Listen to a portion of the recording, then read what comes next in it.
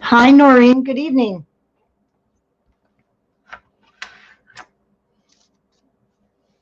Hi, Margaret. How's everybody doing this evening? I know I'm freezing.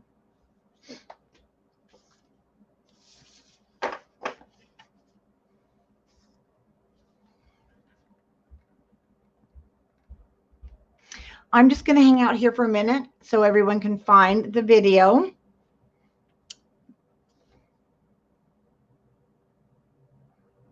And as we continue on with our pages.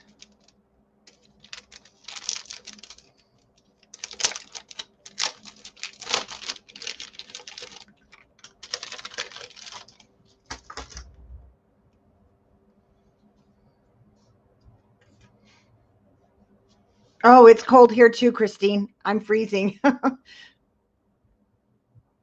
So tonight we're going to continue working on the pages. Before we do, if you are following along with the tutorial, I had you hold back the 3 sheets for our cover. And I did cut mine, and there's a reason. We need this one piece here soon. And so I want to go through those sizes with you. And I'm going to grab my book. Here, the cover.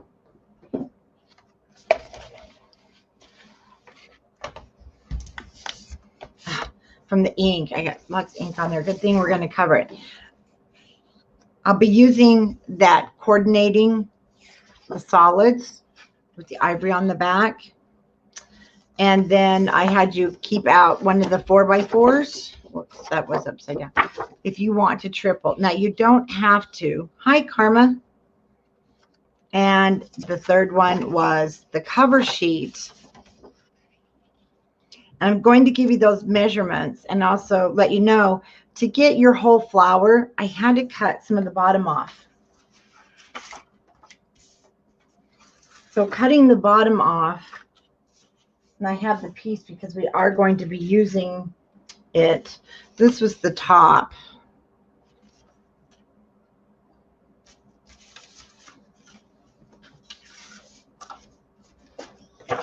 And then these other pieces will be used for my spine. So I'm just going to set them aside.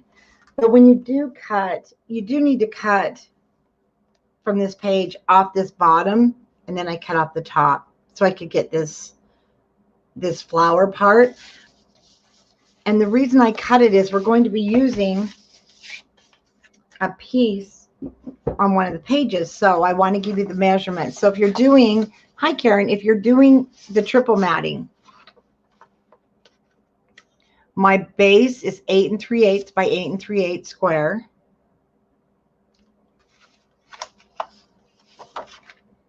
Then my center, the one on the bottom, is going to be 8 by 8. I mean, the one in the middle is 8 by 8. And then my top piece is 7 3/4 by 7 3/4. And I'll be putting them together. And that's going to be my cover. Then from the pieces left, there it is. So I cut off, you can see I cut from the bottom so that I got most of the pattern here. This will be used, they'll be used on the spine. And then there is one piece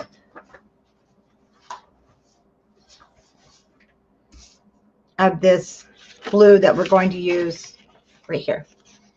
We're going to be using that on one of our pages here in just a minute. So you can either cut it now or just, you know, make the notes when we come back. But that will be the cover. And then for the back, it was this blue. I didn't do any double matting or triple matting. It's just 8 3/8 by 8 3/8.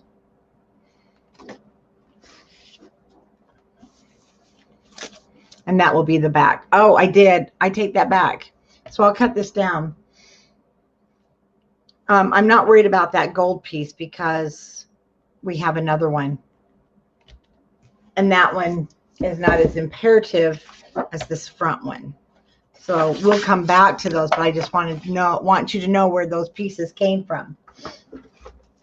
Okay, now we're going to work on the front of page 3. Hi, Diane, which is going to be this other frame. Has a little bow there. And again, I forgot to grab my ribbon, so I'm not going to make the bow, but it's very similar to how we made it to the left.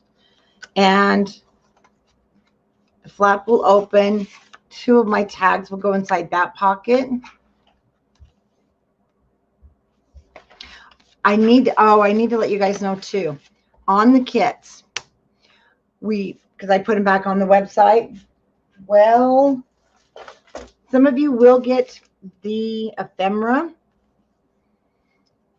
bits and pieces. They ran out of this one, but I have to show you. So we will be substituting it with the chipboards, which are nice because they're not super thick. And they do have some of these pieces in here. So in your kits, you may be getting a chipboard instead of the bits and pieces, but you'll still have some of the same pieces to work with. I needed to let you guys know that. I just found that out today. Okay, let's get started. So what we're doing is the front of page 3.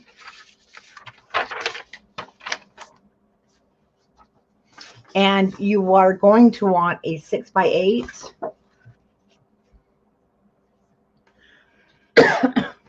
Excuse me, I choked on some graham crackers today and I was coughing so much I'm losing my voice.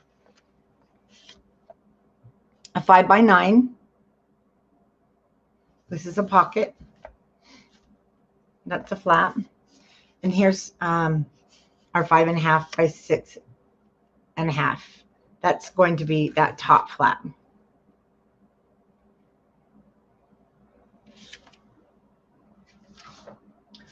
Then for the matting, I'll be using this cut apart. So we'll cut that out. These are from your 6x8 paper pad. I will be using the back sides. And then this, we're going to fit onto that flap. But we want to start with our scoring. So we're going to start with the 6x8 inch piece.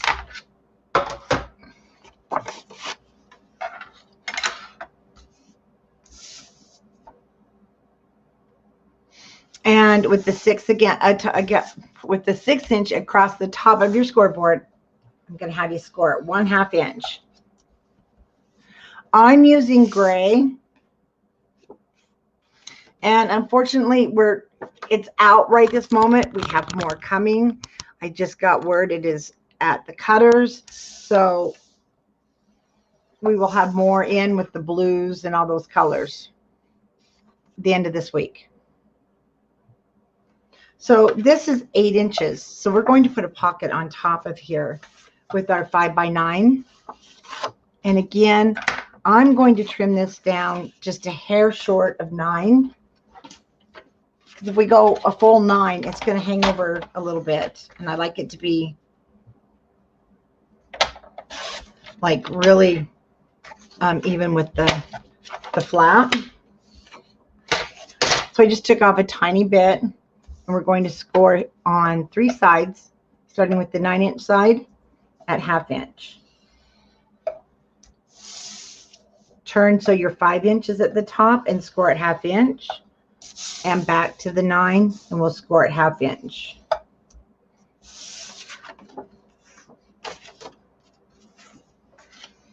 And the 5.5 by 6.5. Do that so you can see all the sizes. That's our sizes for this page.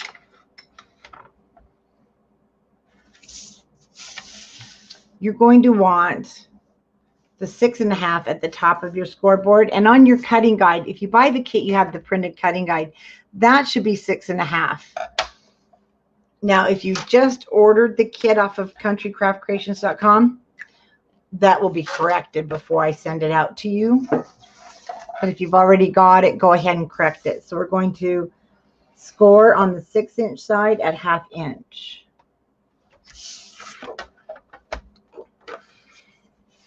And then let's go ahead and burnish all those edges.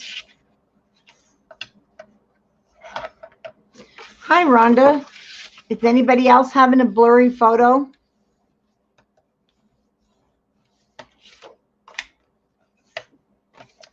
Go ahead. I'm just going to burnish these 2 sides.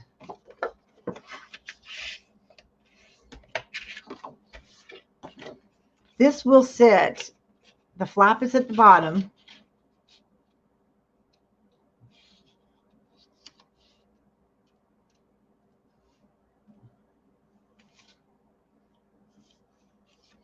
And I cut my pocket just a little bit too short, so I'm going to just trim this down.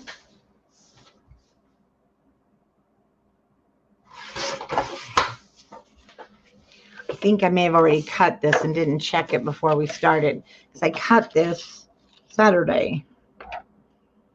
There we go. Much better fit.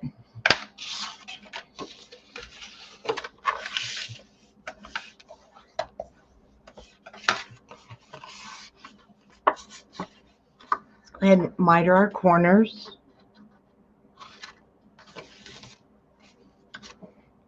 Hi, RJ. How are you?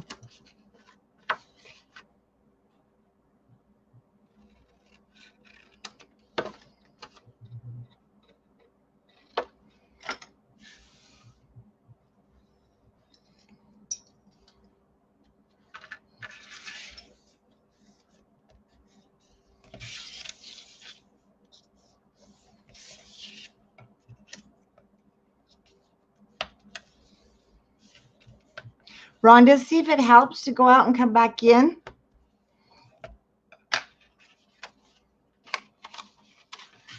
Like I said, my hinge is down here at the bottom.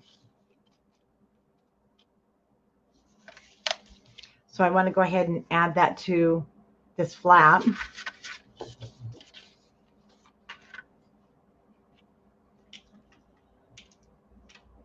Hi, Janice.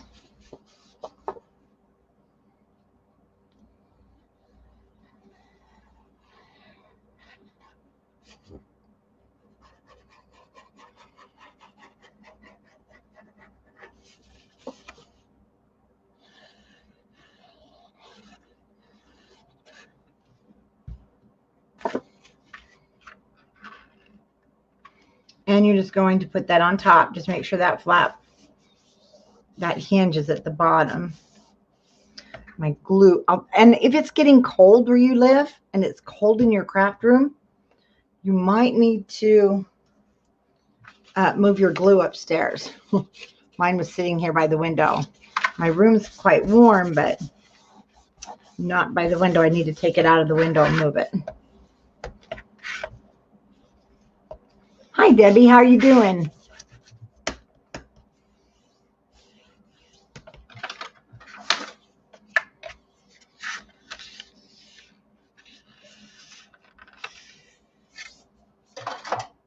Okay, that's all there is to that. We're going to mat this.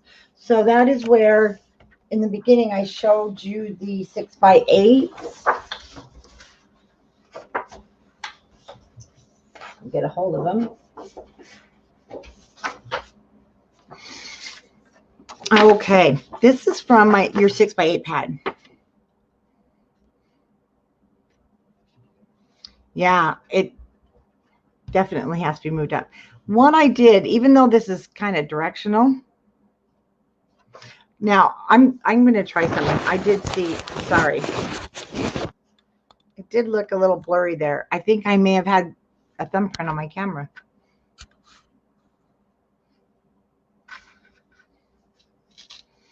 I don't know if that helped or not. I hope it did.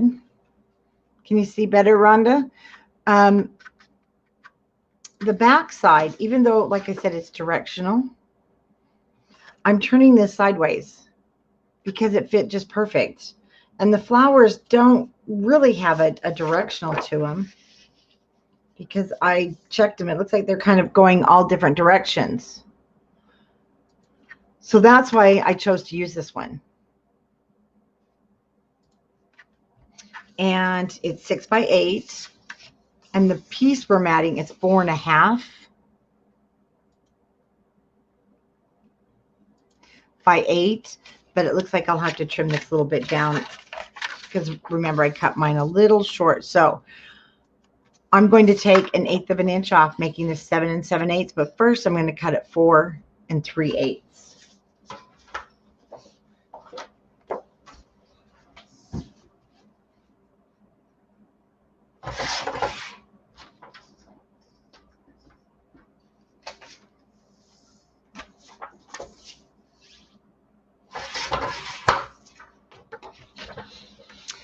Oh, 70s in California. Well, do like the snow, but I do like the 70s weather. I'm just going to leave that open.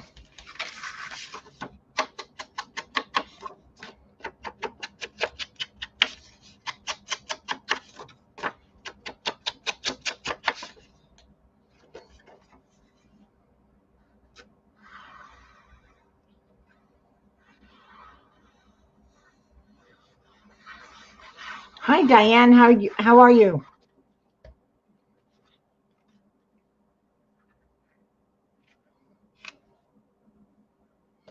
So that's the front.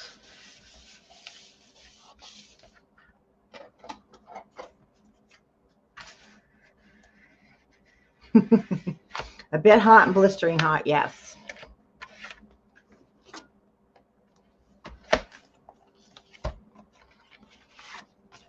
So the inside, only went down a little bit. The inside was scraps.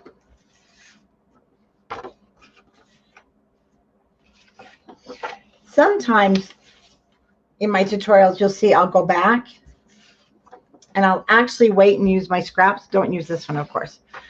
And I'll use scraps for inside my pockets.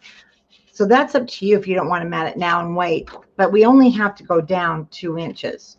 So this was left over from when we cut the blue.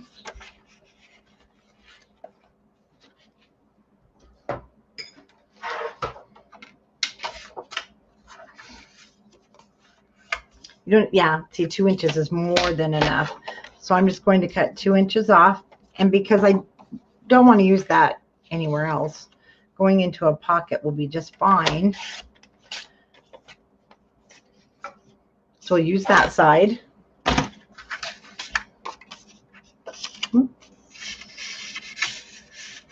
Or you can use the other side if you prefer.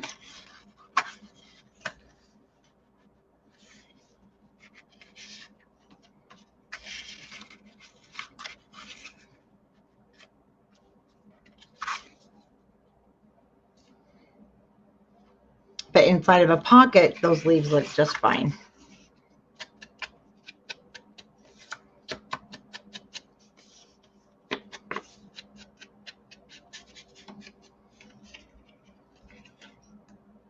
Actually, outside, it wasn't bad today, even though it was only in the 30s with the sun. Oh, did you guys see the moon this morning, that full moon?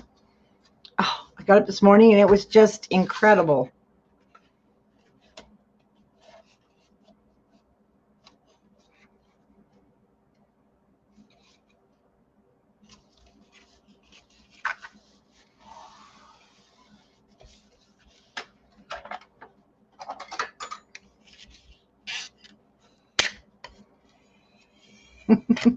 I think there is two. There's Diane Young, Diane Weir, and there was another Diane. But she's hiding. Okay, so we're going to put this on. Well,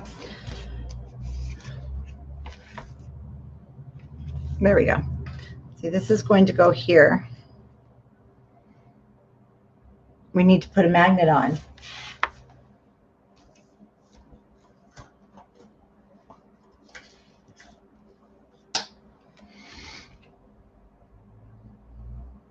If you want. Now, I'll be honest with you, with the frame, it's heavy enough it's going to hold. You didn't get up until 9:45 a.m.? Wow. So I'm gonna leave this up to you. This frame is heavy enough to hold it. And when you start putting in your G45 tags, you kind of start losing some of the use of it. So I did use one on here, but again, when you start adding pictures, you are going to lose some of the use of your magnet. So I'm leaving it off this time. Whoops, I just lost my magnet. I'm leaving it off because this is heavy enough to hold the whole flap down. But if you want to, what I did is I put it here, and then I put it on the back of this top flap, and it caught it about here. But then again, up to you. So I'm going to leave that one up to you. Now, before we put this down, we need to mat the back. Got too much stuff on my desk. Now, this is where I used, and you can even use this. I used the strip that was left over, and we are still shipping some art glitter glue, but I have to wrap it in a lot of, I wrap it in aluminum foil, and so we have to do some insulation to it, for sure. And then I ended up using some of this left over. So we're going to cut into this first before we do the back for our mat. I mean, for the matting for the front. And what I did is I just, oh, we're not using this one on this one. We're using it on the next page. Sorry. Oh, might help if I look at what I'm doing, right? We're using this from your 6x8 paper pad.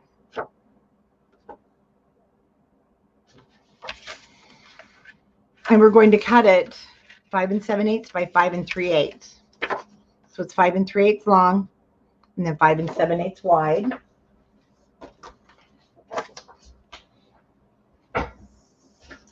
Cut your 5 3/8 first.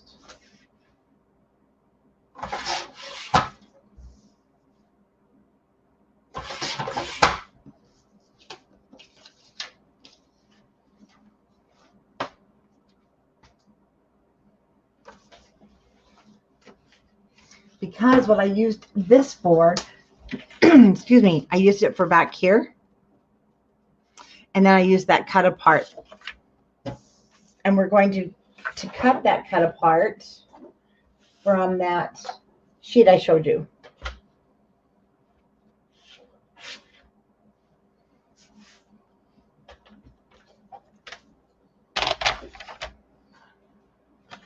And that I lost. How do you lose a piece of paper that big?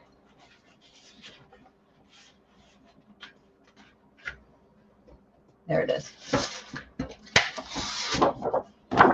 You bury it. That's how you lose it. Okay. I want this little guy. I'm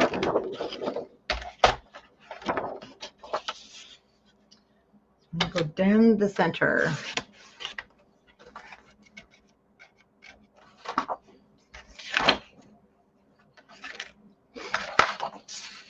We will be cutting it down to fit. Or you can, I'll show you, you can leave this, the bigger size, and then mat around it with that blue piece. But we know this needs to be 5 3/8. And right now we're at 6 inches. So I just start with 1/2 inch when I know it's going to be bigger. So I'm going to take it up to 5 3/4. And 5 1/2. Because it's 5 3/8. Now at 5 1/2, I'm just going to take off a 1/16, and then I'll do a 1/16 to the other side, and we'll keep it somewhat symmetrical.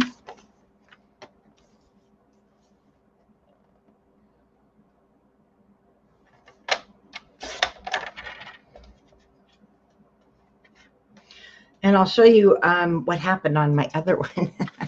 So I ended up using some of the ephemera, but you won't need to this time because I'm paying attention. Well, I am paying attention. I put this on upside down. You really can't tell, but the wording was upside down and it was too late by the time I put it down. So I used some ephemera, but because I'm not going to put it upside down this time, we won't need to use ephemera unless you want. So when this is flipped up, I have this at the bottom.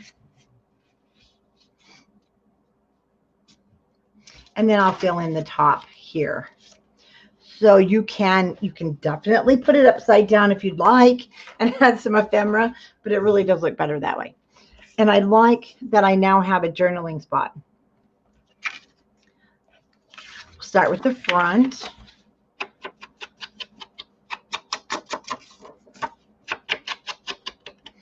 Yes, this paper is gorgeous, but I'm sad they're already running out. So the kits that are on the website, we are substituting one of the ephemeras for the chipboards because they're completely out.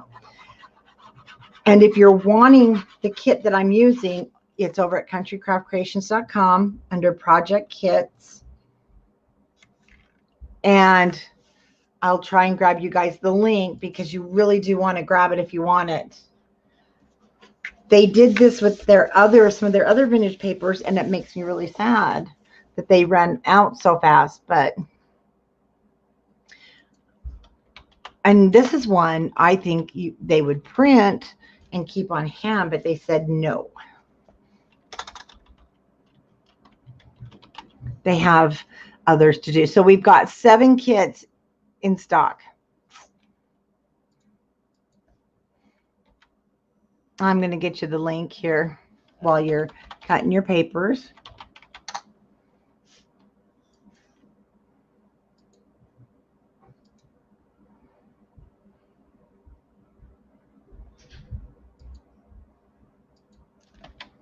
And my computer just froze.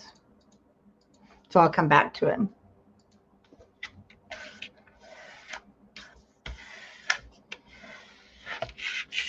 That side. You can cut this, like I said, you can cut the top and bottom if you want, but it looks pretty symmetrical to me, so I'm leaving it. You know, if it was one side shorter than the other, I probably would then trim it. There we go. Now I can get back to my computer.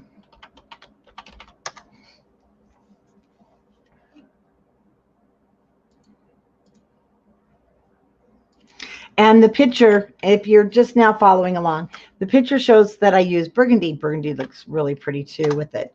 Our artisan cardstock. A lot of colors will go with this collection.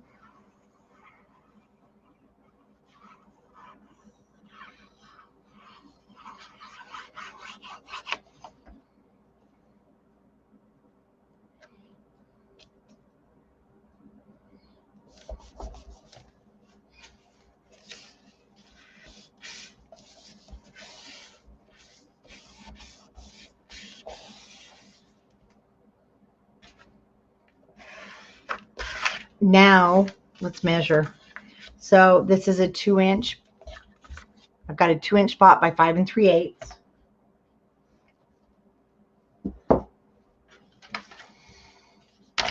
So I'm going to cut this at 5 3/8.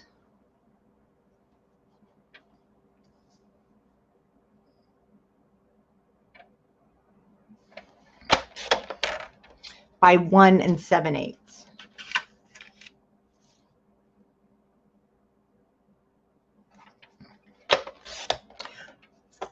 Thank you, Rhonda, for helping out there. That does help.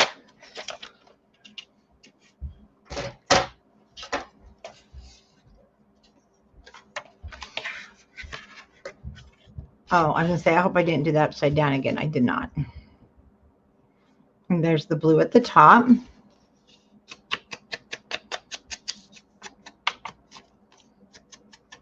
And on the website, with that link, it'll tell you the extra things I used, like your cardstock.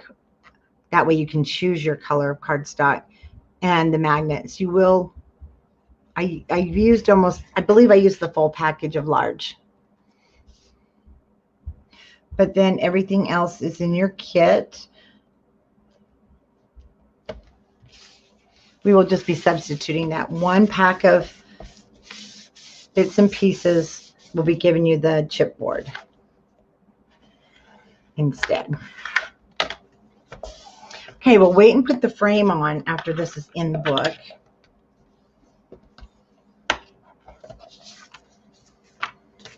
And then for this bottom flap,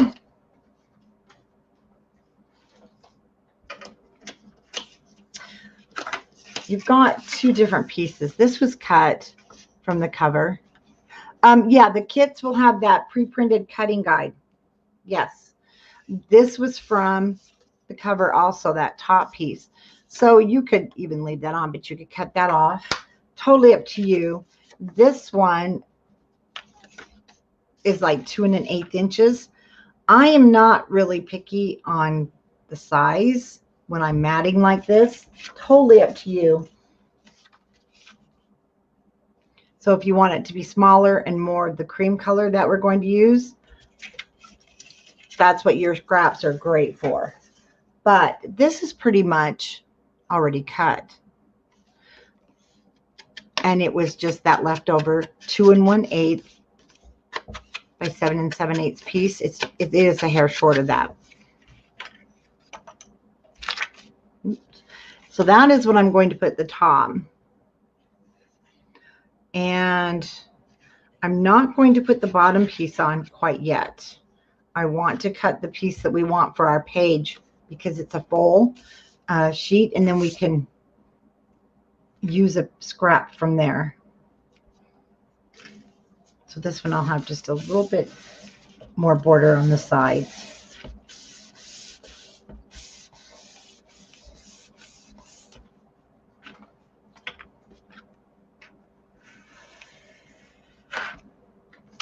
Now for the page. Let me show you what I did.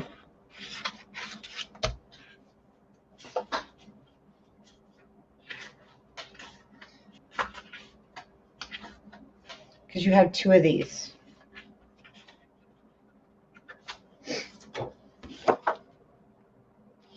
Yes, it has this cutting guide. This is how I cut this. I'm going to cut it so that you can see. So we save the rest. The rest of this is going to go on the flap on the back of this page. I'm going to cut the header off first.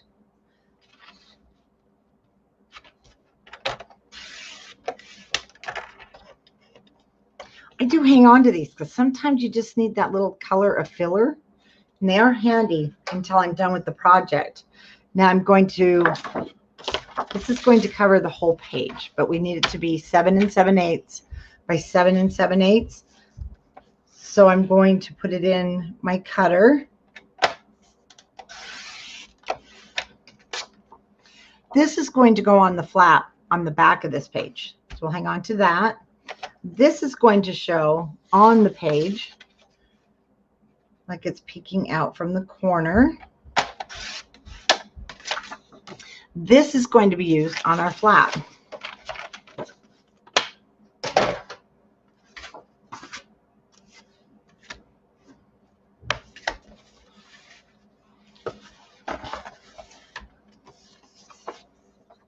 We're not putting this down yet, of course. Now I have mine coming in from down here at the bottom, and the writing is somewhat directional, but if you like, you could have it coming up from here and it would still look nice. So we need to put our flaps down first. I wanted to get, my main concern was getting this piece to go right here.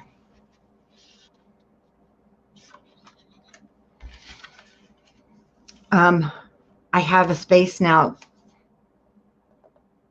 with a little spot here. It's going to be 3 1/4 wide. So I'll just take my leftover piece and cut it at 3 1/4.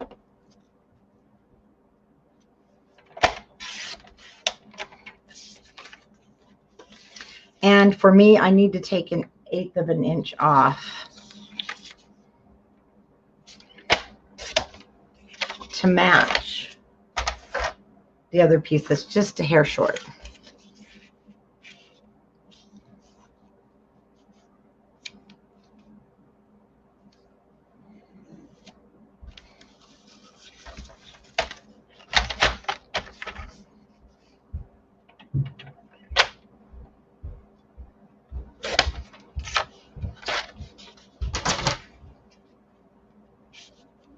There we go. You still could put your picture over both sides. A lot of times I just like those 3x5s that I print out on my little rocket, and they fit perfect in those spots. So again, adjust this to your needs.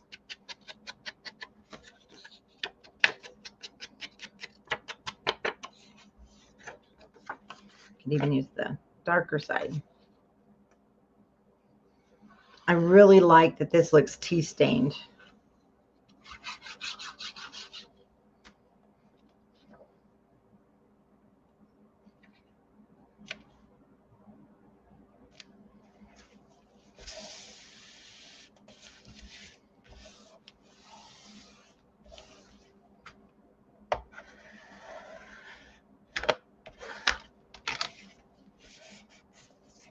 And I didn't add any stickers or anything to the back.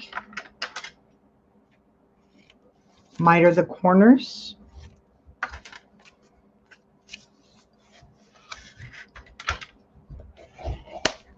And now we can put them on the page.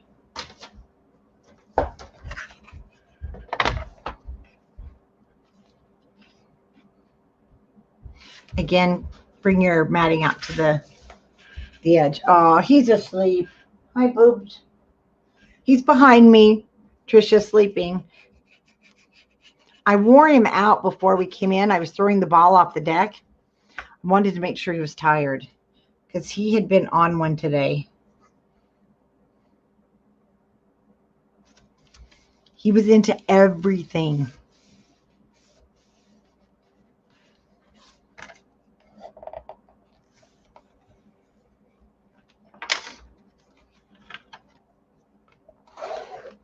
Now you can see how heavy that becomes.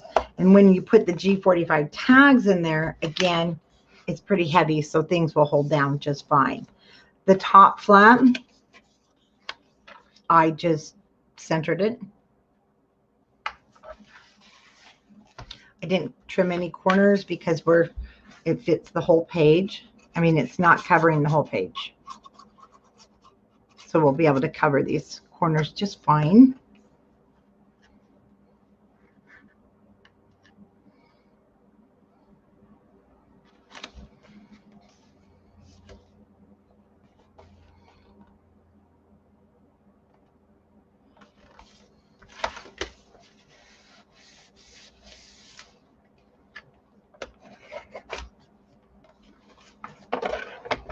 Now I can mat. We can mat our main page here.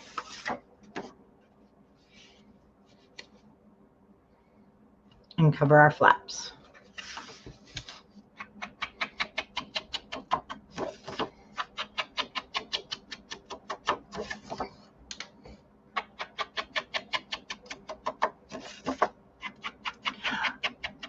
Annette, I think so. You might have to, but we'll be here for a while because we're going to finish these pages.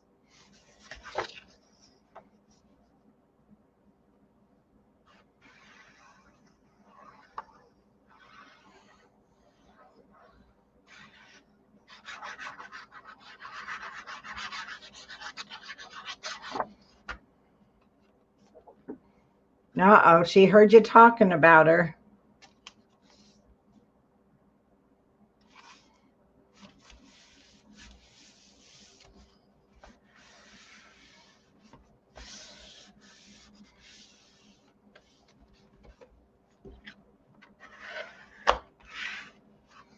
We will be covering those later. Give our gussets that finished look.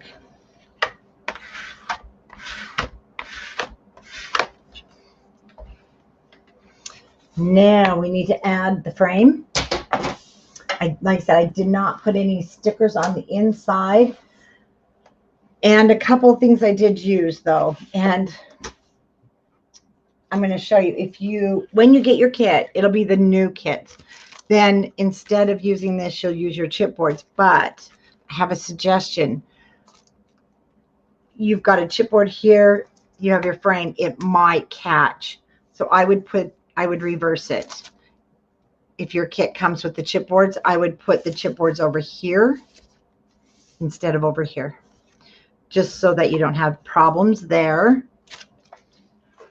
And let me grab this out for you. So this is the packet they've run out of, and I'm so sorry. They do have the other one. And to be honest with you, I didn't use as many from the ephemera. We do have some on the website. And I'm going to pull from there to try and give everybody this for your orders. This is the portraits, and they're not out of that. So this one will be in your kit. Now I did use, you have two that look pretty much the same. So that one just has more wording on it. I'll use that. I used the gears, and I used a flower from, unfortunately it's going to be from here, but you do also have that same flower here on your sticker sheets. So I will use the sticker just to show you it works just the same, but it was in this packet here. And you may have it, you might not, and I do apologize.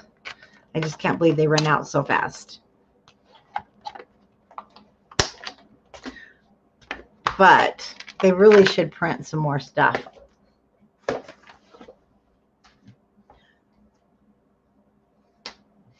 Okay, let's grab our frame. And I took it out in the beginning of the show so I'd have it. Oh, why do I touch things? Guys, I go out in the warehouse and they tell me don't touch anything. Isn't that awful? That I touch it, I lose it. So I put this little frame in here. And then you have that second piece of your burlap. So if you want to use it, what I did is I pretty much took off all of these layers. All but like, oops, all but 3. I'm going to put the fuzzier side at the bottom here. That way it'll give it some texture. Grab my tape.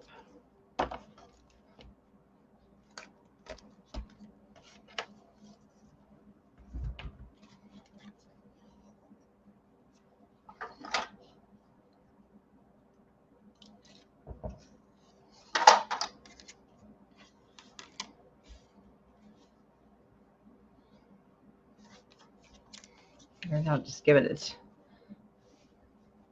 and you can set this however you like. Again, though, you need to leave a spot, top, sides, however you want to slide that picture in. But I do like to use glue, that way it doesn't get stuck on, nothing gets stuck. And I'm just going to leave the top open. And you've got lots of room here. Go right over our burlap. Stay on that edge.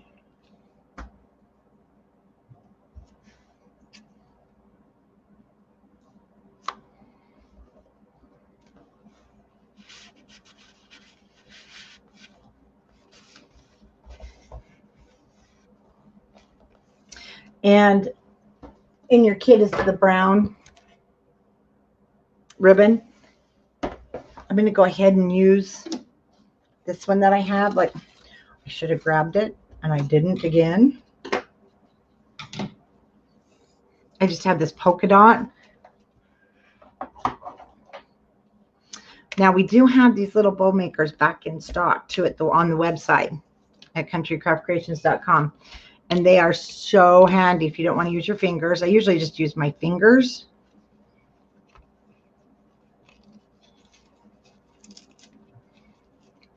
And I cut it too short.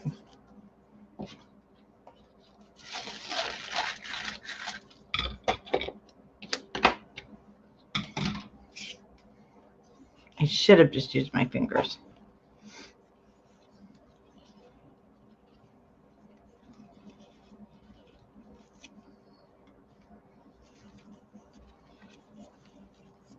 These bow makers are hard to come by.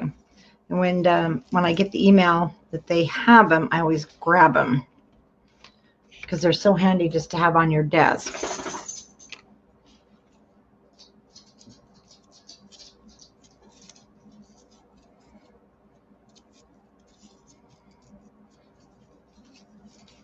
So I would tie the bow. It is cute. I like the polka dots. This one's a little harder to work with.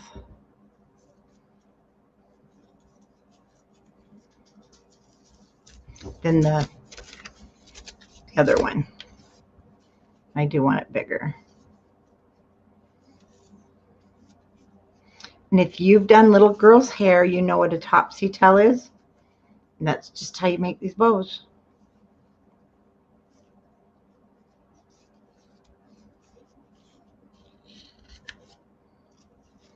Yeah, Wilbur just woke up too, Tricia. And he went upstairs, probably to go outside.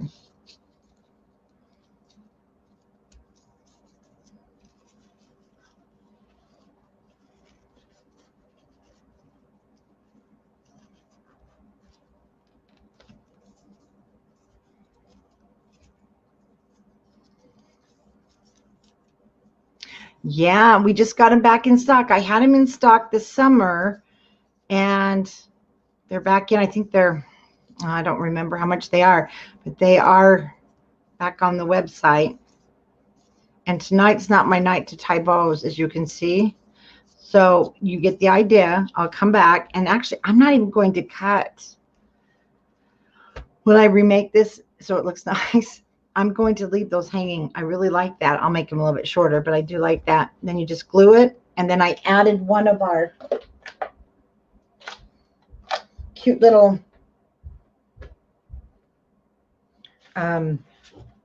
these things. I just used one of these and put it in the middle if you want to.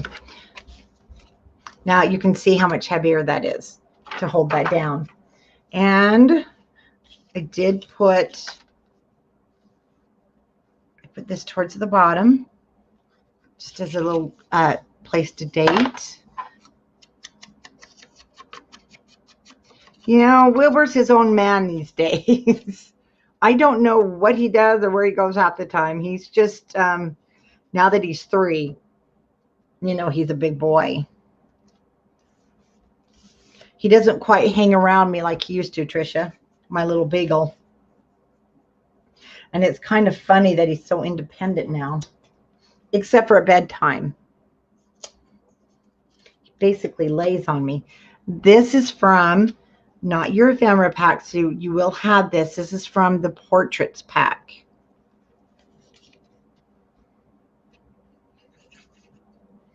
I added the camera. Now I did add one of our faux, I call them kind of like faux brads. But one thing to watch out for is getting stuck on the opposite page. So I'm going to bring this one in a little bit this time. Last time I put it up, but it says family. That way it adds a little dimension. And then I'll go ahead and add my gears here. Kind of slide it under and go overlap just a hair. And then the flower, again, if you get your pack, it'll be in there. Otherwise, it's going to be from your sticker sheet. I am going to cut it up in those leaves just a little bit. I should have put it underneath, and I didn't. We should have put that down first, but that looks okay too. I don't know. The time goes by too fast, though, Tricia. I know. I think of him being 3, and I'm like, there's just no way. You put the date, add some color, and then I did cut a piece of scraps and it was from the back of here, but I'm not going to cut it right now. Let me just take it out of here so you can see. Oh, yeah, my other two are 12, so I left that open on the side. It goes by too fast. So again, you could add a 4x4, or you could leave it open, or use I did order more place photo stamps here. They'll be in. She said not for 4 weeks. So Sally just texted me. Just a moment.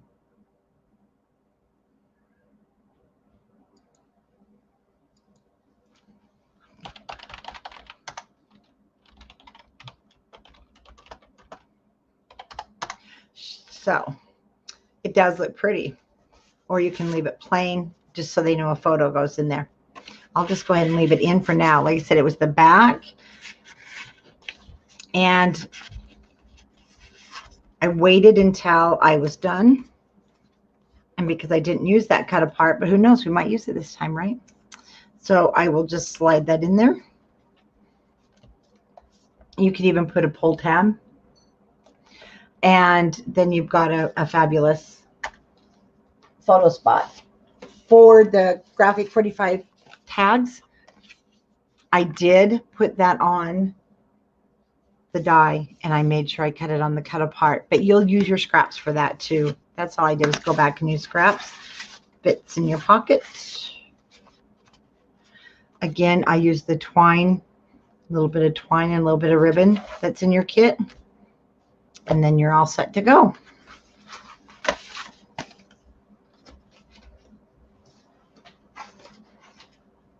Okay, now we're going to move to the back of page 3.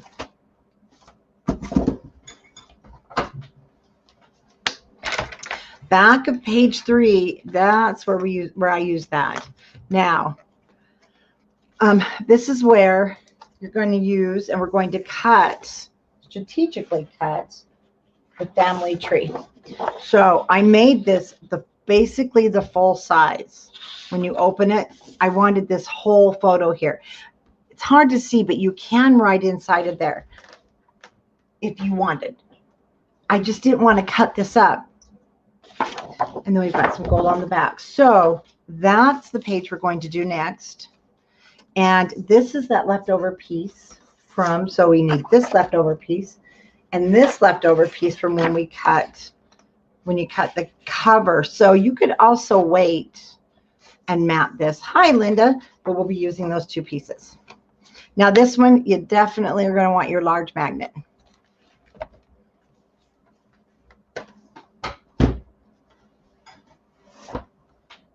Okay, let's start with your 4.5 by 7 7/8. That's our top flap. 4.5 by 8. Now, I'm going to put this back in. We do want to cut, even though I gave you the full amounts, we're going to cut a little bit off so that our flaps work the right way on some of these. Then you have a 4 3/8 by 4.5. And you have a 4 by 6.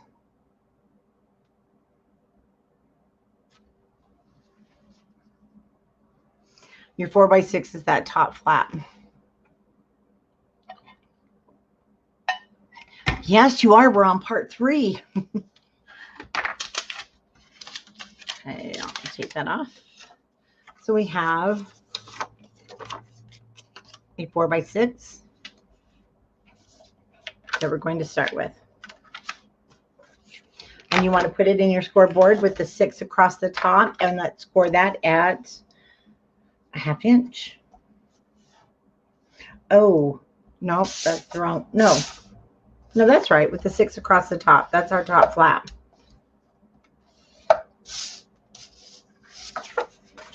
Then I'm going to score my 4 3/8 by 4.5. And I just noticed for some reason it's not on here, the scoring.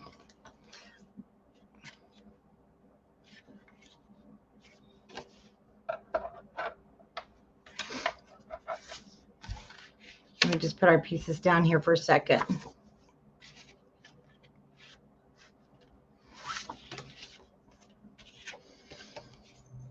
So you're 4 3/8 by 4 1/2. Here comes Wilbur.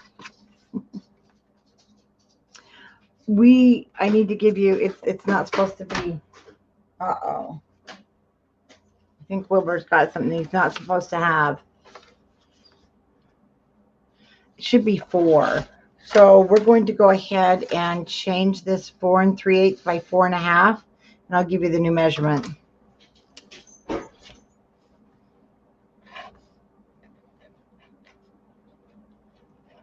It's 4 by 4 1/2.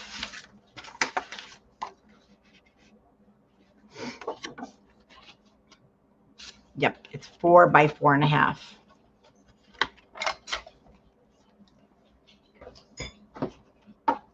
Hey, Wilbur, come here.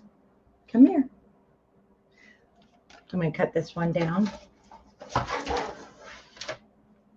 But when I cut it, I'm actually going to cut this down to 3 7/8.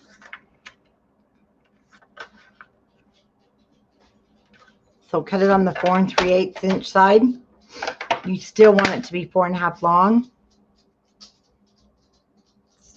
So let's just change the whole measurement. So I'll make sure that gets changed at 3 7/8. Don't know why I put 4 3/8. You need room for that to flip up without hitting the other flap. Now we can score this on the 4 1/2 inch side at 1/2 inch. Now, did I lose anybody on those measurements? If so, I can back up.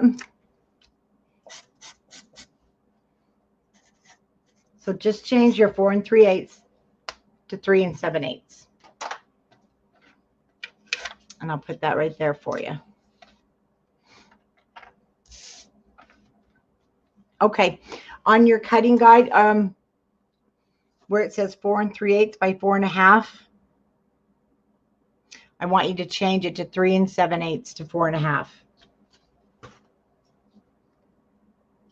Then you're going to put it with the 4 1/2 across the top of your scoreboard, and you'll score it 1/2 inch.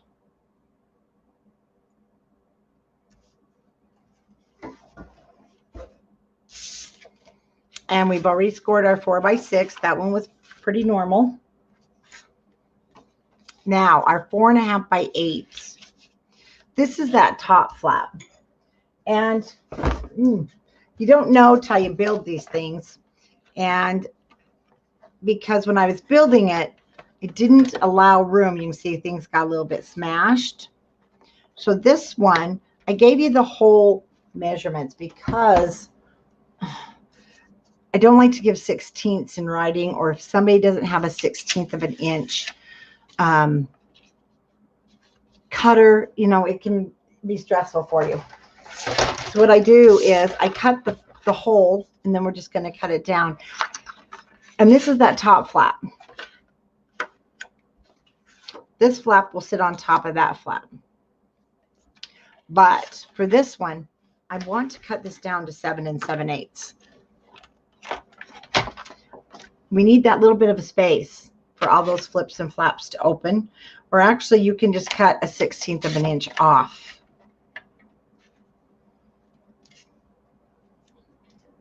And then let's grab our page or our book. I just got more ink on there. Ooh, I need to cover my ink. Must have rubbed it across the top. Good thing we're covering it. It's the back of this page 3. I'm turning mine upside down.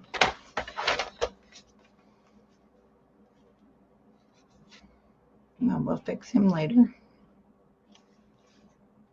Okay. I want that little bit of a space, and there is a little bit of a space. So it really would not alter the look of your album, or, you know, make it, I think it will look just fine. So I am taking it to 7 7/8. I want my flaps to move without hitting each other.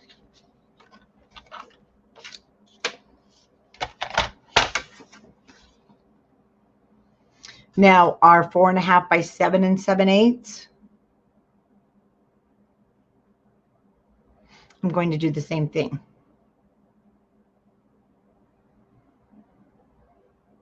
I'm thinking for just a moment. Sorry, hold on here. We don't need to do the same thing. This will be fine. So no change to your 4.5 by 7 7/8. Now you don't have to cut them down, but you do risk your papers being bent. That's the only thing. 4.5 across the top, and this is my 7 7/8 of an 7/8 of an inch piece, and I'm going to score it at 1/2 inch.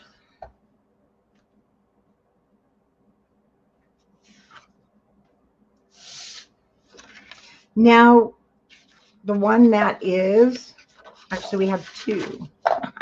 Remember, you've got two the exact same size. 1, 2. They're going to be scored identical, but one will go at the top with the score line at the top, and one's going to go to the right with the score line to the right.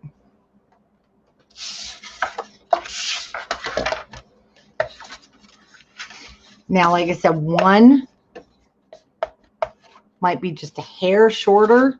That's going to be my top one, or they could be the same, depending on how humans cut. Sometimes I cut one a little bit shorter than the other. So you can change this to just 2 of these that are 4.5 by 7 7/8 if you want. Those 2 are done. Just going to burnish all these score lines. And we are going to mat these before we put it down.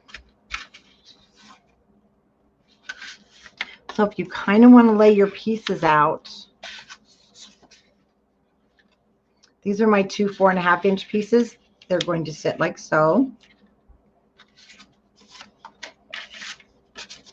This little guy is going to be on the back side. Now, if you have, and I have a repositional tape, but I don't have it handy.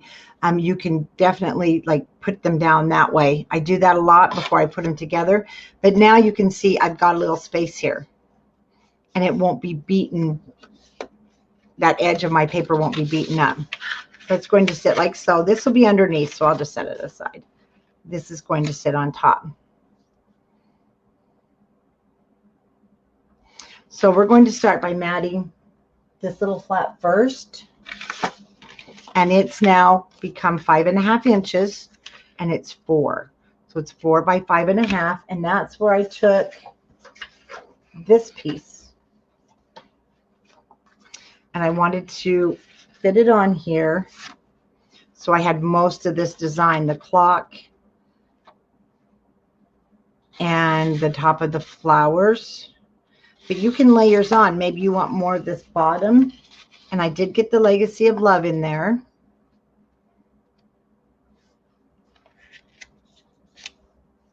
So I'm just going to make a little mark at the top where I can see it, and down here. First, I'm just going to cut that. Then I'll go ahead and cut my length, my true length.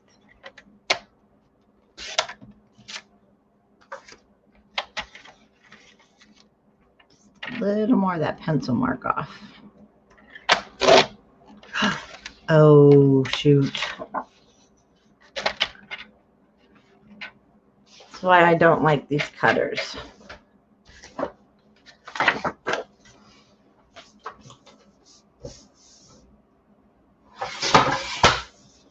But sometimes I need to show you. Darn.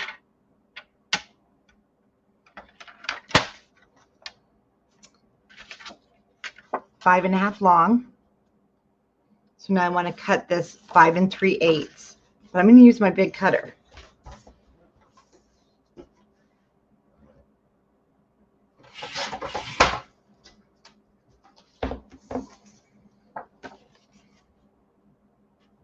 Okay, this is 4 inches, so now I need to cut this down to 3 7/8, and I want to keep my clock, so I'm going to take it off the doily side.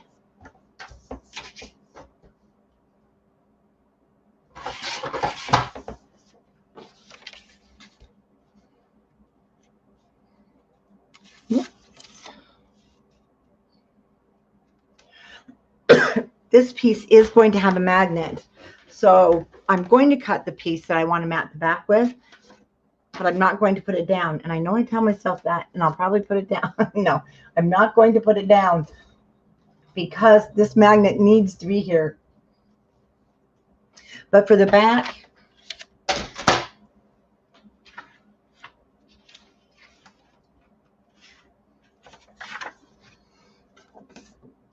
and you should have the same if you're cutting like me. If not, then you can go back to your scraps. But I'm just going to use this piece, and this was cut from my cover when I cut those pieces I show in the beginning. So I'll go ahead and cut this down to 3 7/8 by 5 3/8.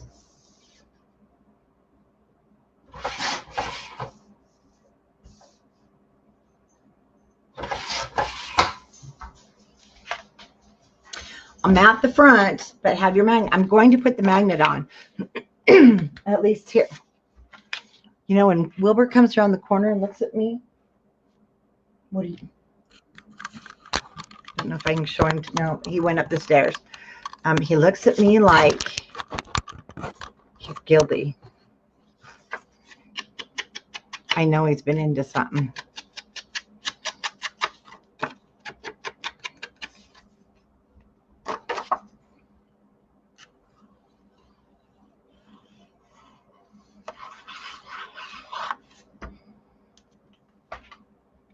I thought that just made such a pretty flap.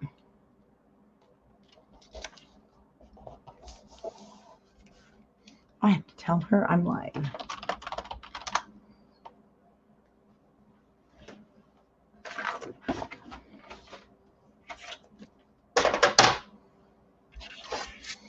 Okay. No, he's kind of over the TP. We don't have the TP problems with him we did when he was a puppy, or, you know. Okay, magnet. I'm just going to set one back here.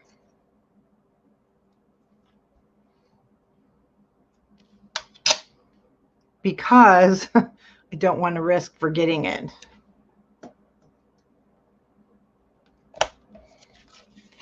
And I can move it if I need to. So there's the back. I mean, the front. Hello, Miss Sally. So look who's in the room. Oh, by the way, Sally, I only buy 500 count, so you know. Okay, that's going to go right there when we get back to it.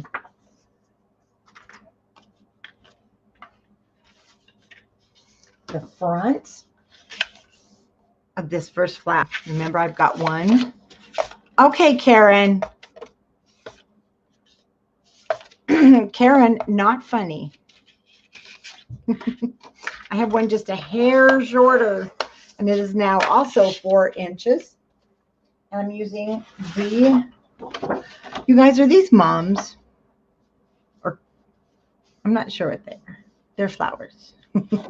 So I'm going to cut it. I'm going to cut from the bottom.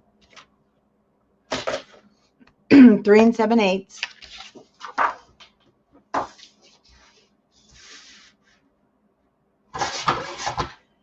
And I cut this down. So I need to cut my matting at 7 3/4. It's about time you're doing something, Sally. About time, guys.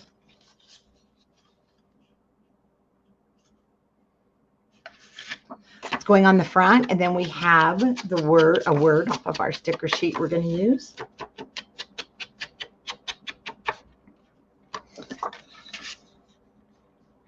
Oh, Rhonda, you are so sweet. I don't like being the queen, though. There is too much responsibility.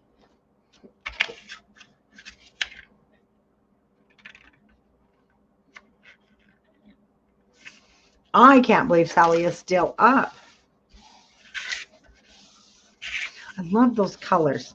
Just love them.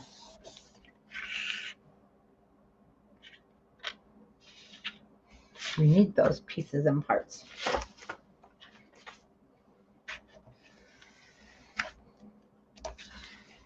I'm about ready to get one of those tile, you know, the key finders, and put it on all my stuff. So the minute I lose it in my stack of papers. Diane, some of the ladies in the beginning said they had a blurry picture. Oh, no way, Linda. No way. No. I won't take that spot. Okay.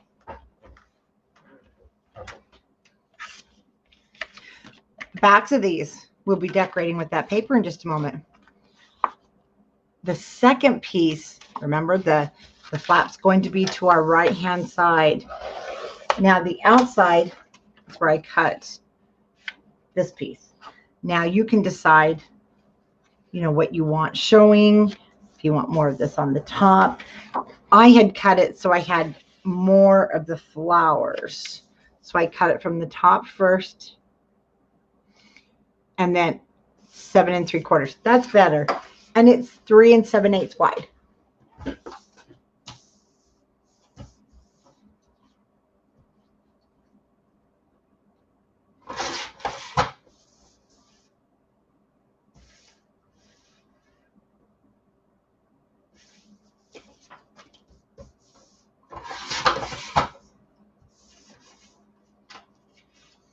So I just cut 1.5 inches off the top.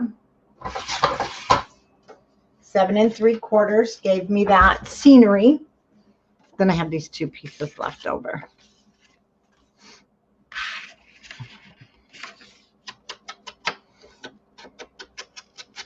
Are you actually crafting, Sally, or are you just sitting back on the couch with your feet up? Okay. Remember, hinge to the right.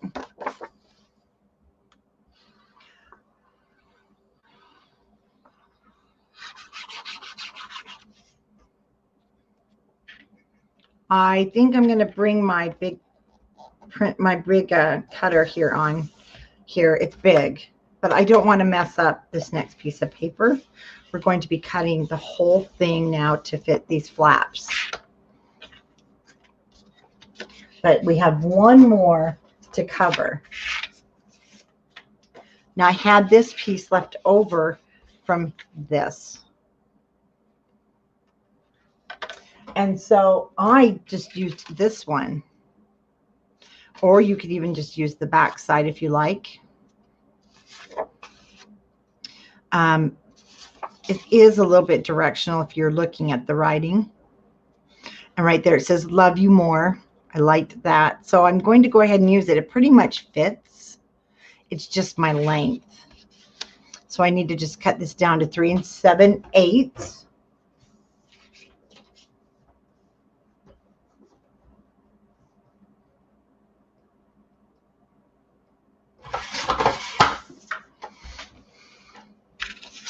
And it's on the front. Oh, it needs to be a little bit more. How long is this? It's 4 inches.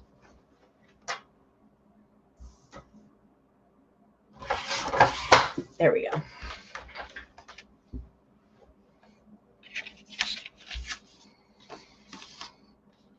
Oh, no, I love you more. I'm going to put that across the top.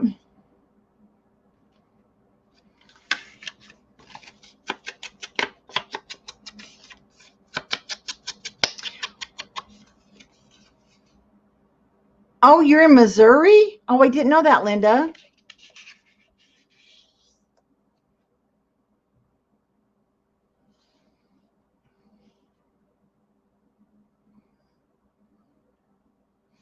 I'm looking for my temperature here. Oh, they say it's 42 right now.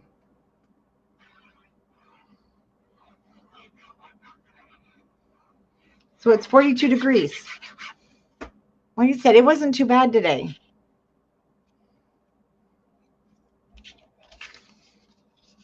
Flap. Okay. Making sure I don't put this on upside down.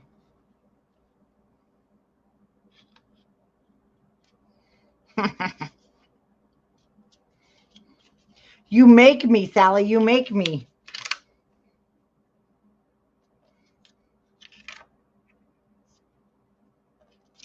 I know. I don't think if you're on YouTube, you're seeing the comments that come off Facebook.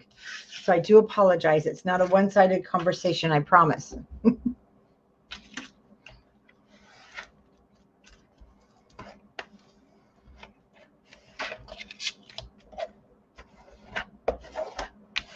Okay, now pieces and parts. This is our top. So if you need a visual, this is the layout. You might want it for your visual. I'm going to get my big cutter because I don't want to mess up this paper. So the first thing I'm going to do is cut off my header. But I know you need to see it.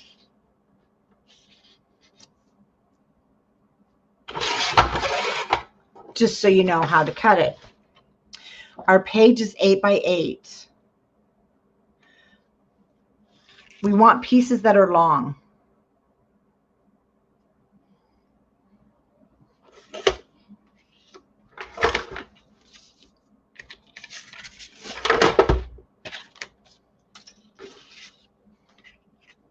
It's going there. That's going there. We need a piece for this top. So this piece is going to be my page. I didn't know that. So I want to turn it this way. There's my schoolhouse and the tree. And I need to cut this at 7 7/8.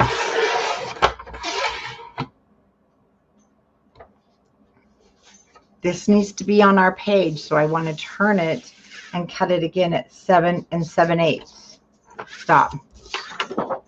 This needs to be at the top.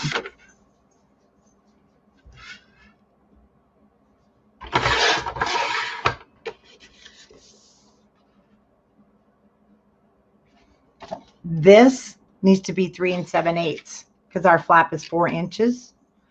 And I should have made it longer, yes, but I didn't. So I'm going to put this in. And well, it's not much anyway.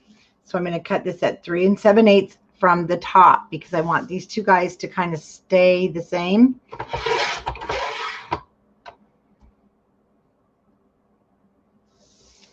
And I did 7 7/8, but I remember we cut that flap. So I do want to take off another 8. And it won't really show.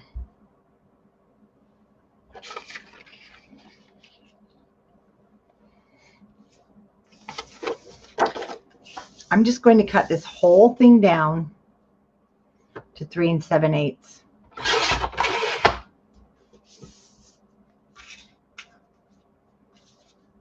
Our top flap needs to be on here.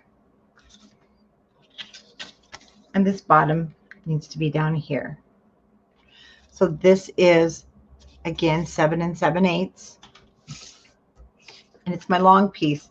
I want to cut it first. I need this to be 7 7/8. This is my top, so I turned it upside down. And that's wrong. Don't do that. So we're going to cut it 7 3/4.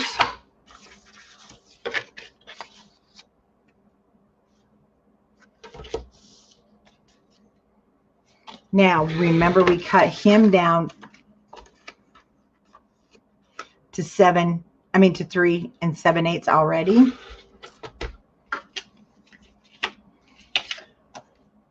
Yes, this is how I piece things together because when you get confused, I'm going to lay it out here. I need to take it from the top and the side. So I'm going to take this to 3.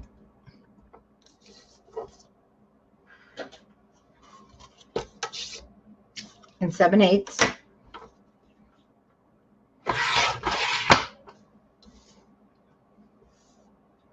Now to 3 3/4.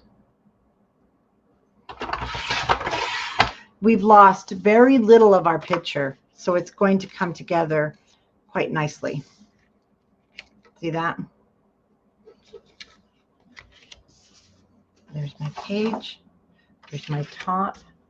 And now we're going to ink it and put it all together.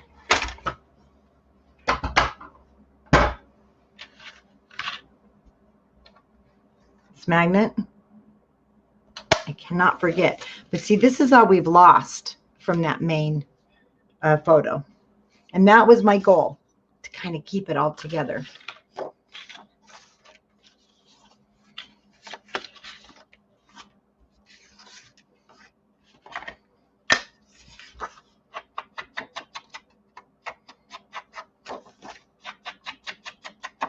Well, Julianne, I hope that helped. If not, I do have more of this paper, and I'd be glad to go over the cutting again. But as I'm laying it, as I'm inking it and laying it down, I'm going to just kind of lay it out.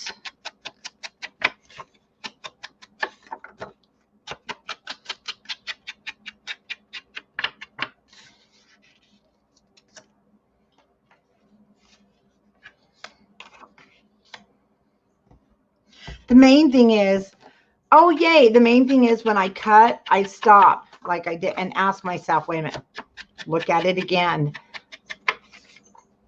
Because it's easy to get your brain turned around.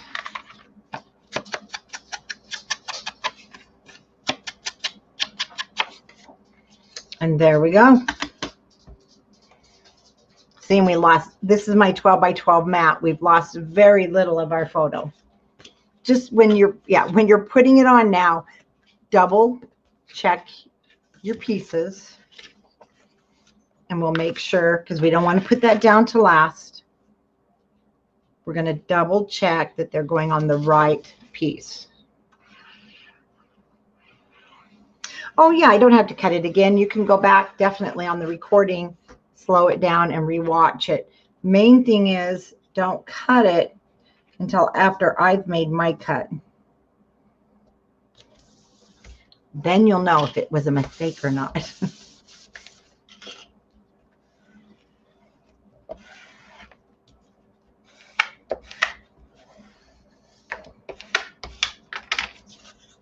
Okay.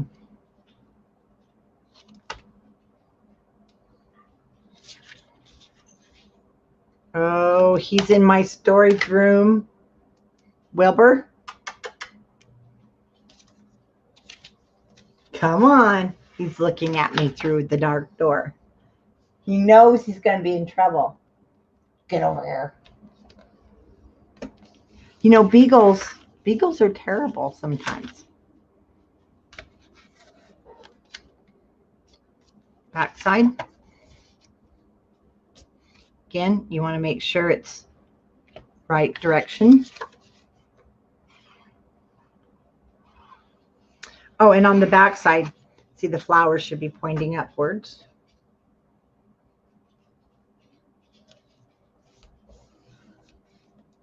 He's going box to box, my beagle Wilbur, and he's sniffing everything.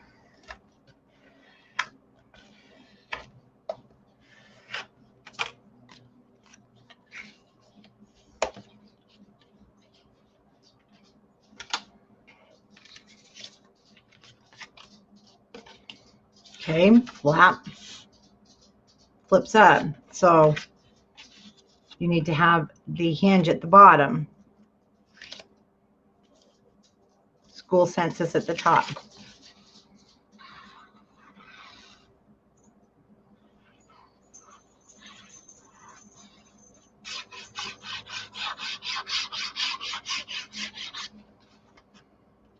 Hi, Tina.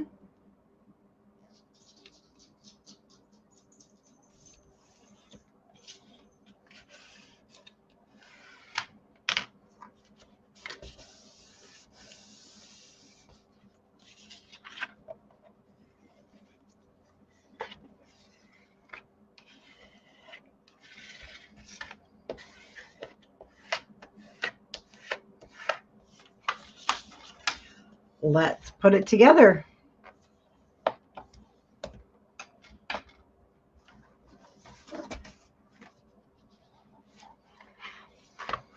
I'm turning it upside down for my top flap. Bring your top flap to this outside edge to your right if you're upside down. If not, it'll be to the left. But it's the finished, it's away from the hinge.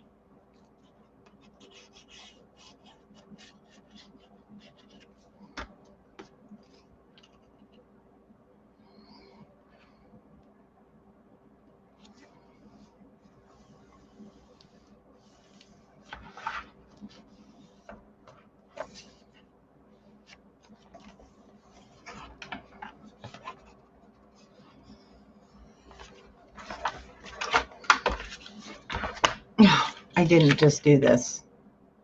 I did. Ah, you guys are going to kill me. That should have gone down first.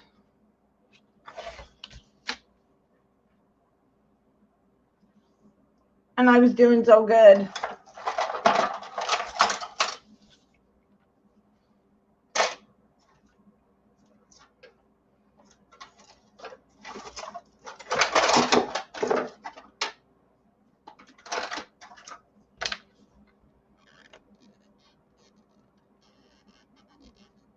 All right, that ain't coming up.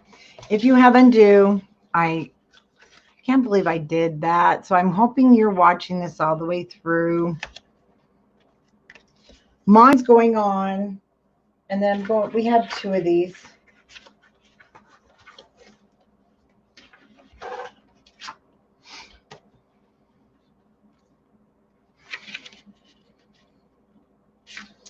Oh, I'm so mad at myself. So I am putting mine over here. I'm going to make a little tuck pocket.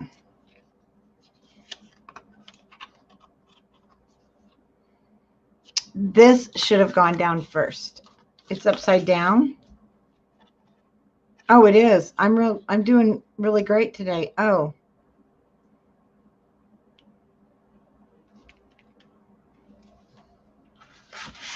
Well, I hope you guys are watching and not doing as I'm doing.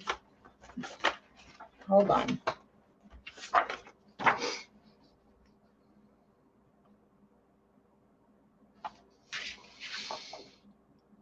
We have this piece. So we're good.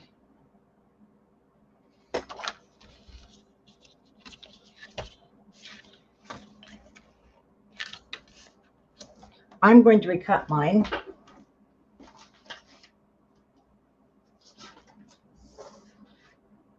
Oh, I can't believe I did that.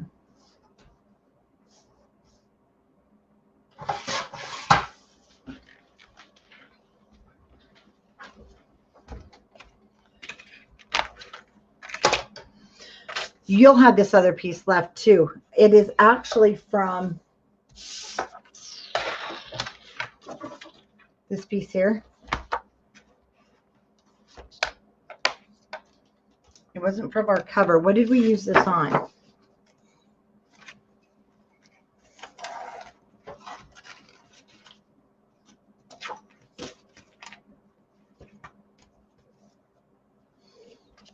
I know we've already used some. Oh, we used it on the pockets. So you will have some of this, or you should have a full sheet. I'm so sorry. But we're going to be fine.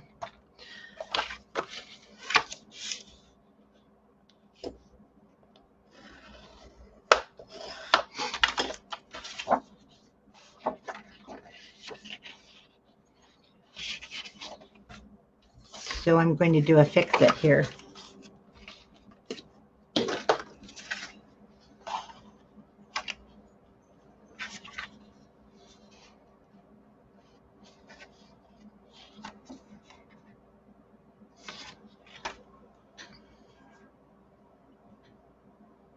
I got to cut for my big cover.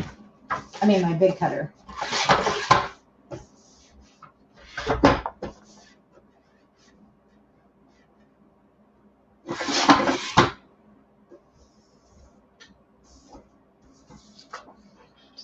these guys up.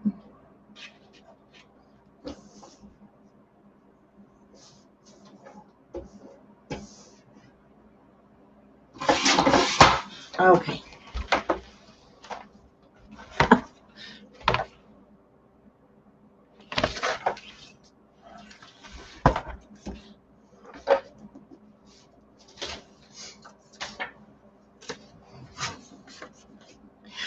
So I will come back to mine, but I'm going to show you. I'm going to put it here. I just cut that too short. I'm going to take it from my original. I have some left over from my original one. Ah, we're human, and we don't, and this human here don't pay attention. So I will cut it with my other one because I cut it too short.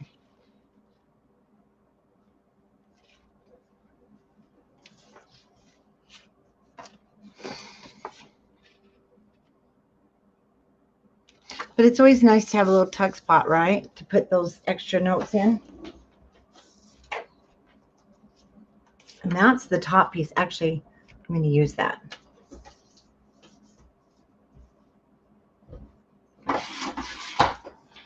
So what I did is I just left that header on.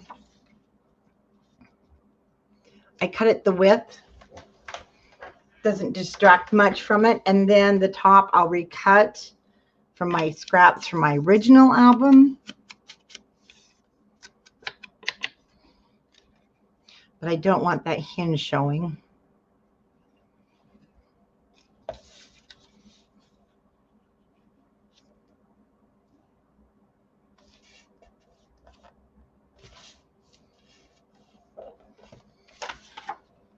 There we go. And then see, I can just tuck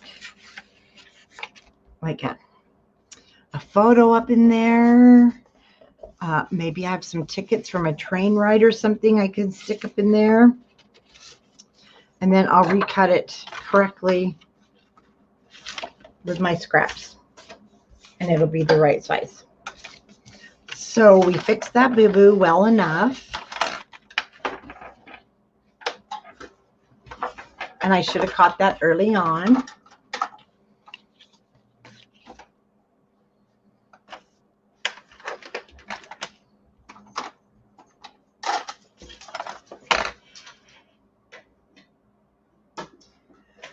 And it would have been fine. I would have used the other one, except for, like Rhonda said, it's upside down.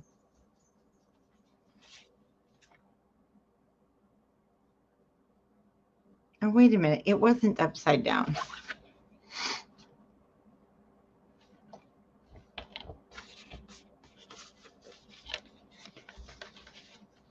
That's okay. I will cut this off, and I'm going to use it for a tag. We never waste it. No, it's not genius. It's called CYA. This is going to sit over to the right-hand side. See, this will come down. I did it twice. Oh, you guys are going to kill me. Oh, well, could we just say totally beautiful page, screwed up. But if you used score tape, you're good. If you used art glitter glue, you're not good. Oh my hell. Whoops, I gotta be careful. They'll kick me off. So I'm gonna have to make another little tuck space, you know, cover your... Some days I wonder, do you ever wonder how you get dressed in the morning? Guys, this should have gone down first. I was so involved in cutting that perfect, so I didn't mess you guys up. I messed you up.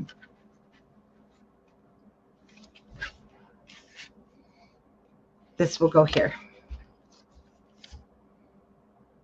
Under the paper. Unlike what I've just done.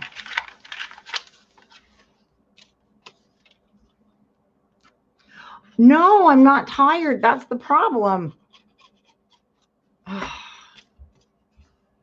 Maybe just a little.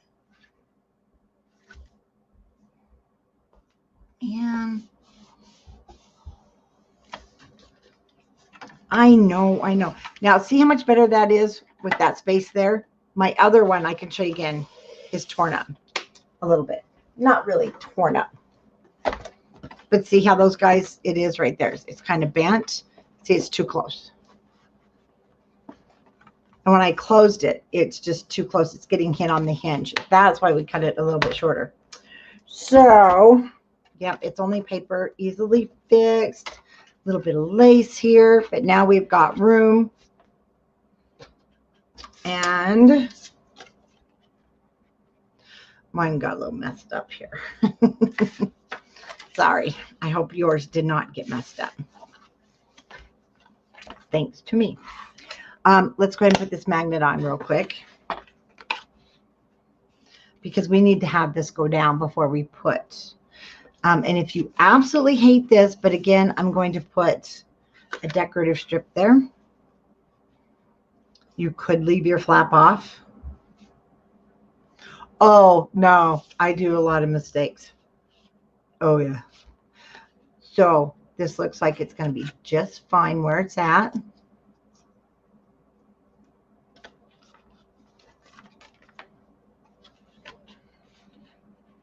Just move your flaps out of the way. Eyeballing it where it's going.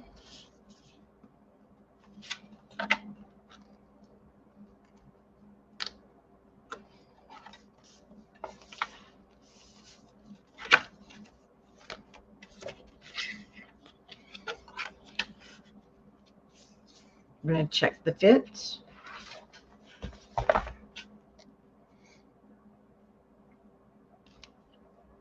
And now I can put this down, but it should have been down under the paper.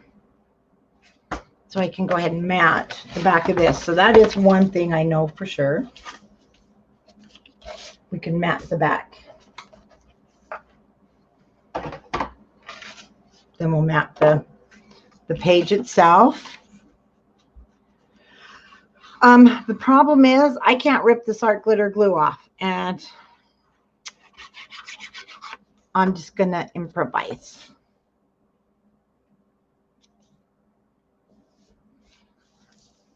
I've seen some artists, they leave these out. I just don't like them.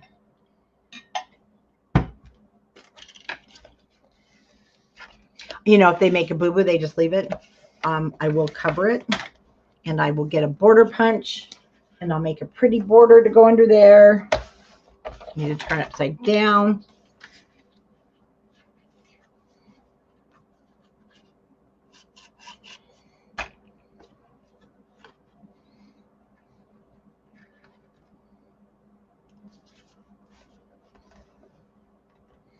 Besides, the paper's so pretty, nobody will even see the boo-boos on mine.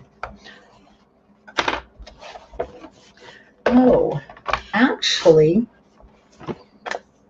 well, now, I used the word forever, and I want to see something. So this is on your sticker sheet. Guess what? Oh, you know what? This was a planned boo-boo.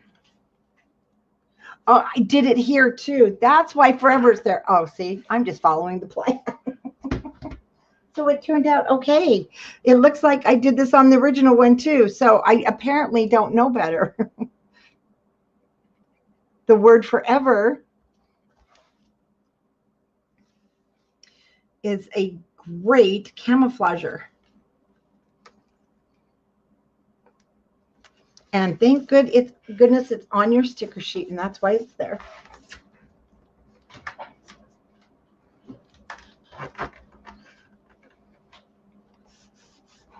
Perfect. See, it turned out great, right? I'll just have to come back to those guys. But now they open and close with ease. We're not heating the side of our gusset now, so nothing will get bent up. And you know, some of us have a little bit mixed up family trees anyway, so this will be really great. This is going to be your mixed up family tree page. And I didn't use the word love anywhere else, so I think I'm going to add love, kind of give it a finished look right there. Yeah, I love you forever. So there you go. Now that kind of gives it a, it belonged there meaning, right? Then like I said, I'm going to cut this off. Oh, it's too big. And we'll use it somewhere else. So I may love you forever, Sally. You love me more. No, I love you more.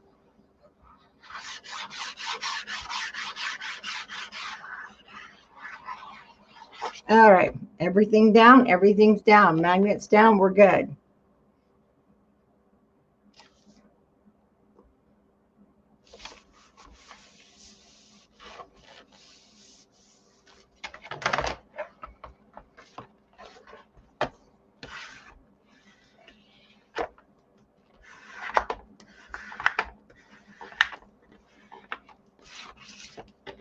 Okay. Close is nice. Now my page isn't getting all beat up.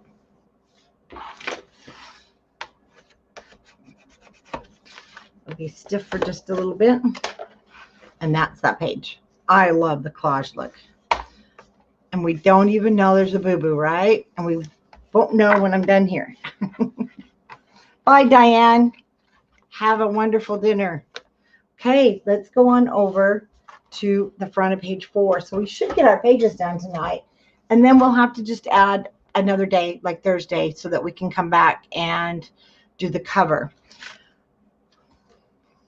I have another cut apart in here, and it went flying on the floor when I, there it is. One of the 4x6.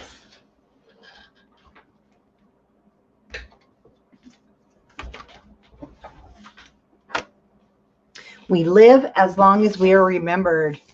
So true, so true. This page is actually a waterfall. Nice big waterfall.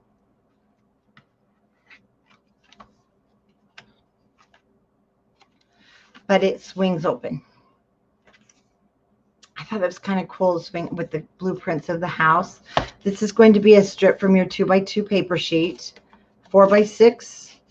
And then this was another 4x6, and it was just left over. You can also make all kinds of different sizes if you want, but that's what's going to hold your waterfall shut.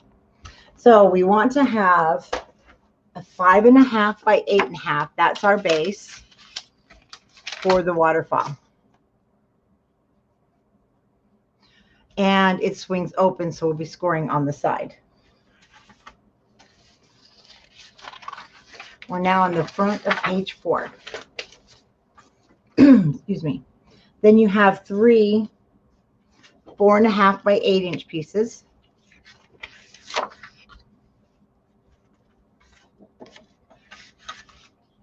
We have 3 of those. And then you have the cute little pocket on the bottom that's going to hold our tags at 2.5 by 9. And we have to score every single piece. So I'm going to start with the 2.5 by 9. Again, I did already cut it a hair short. I can tell on my cutter.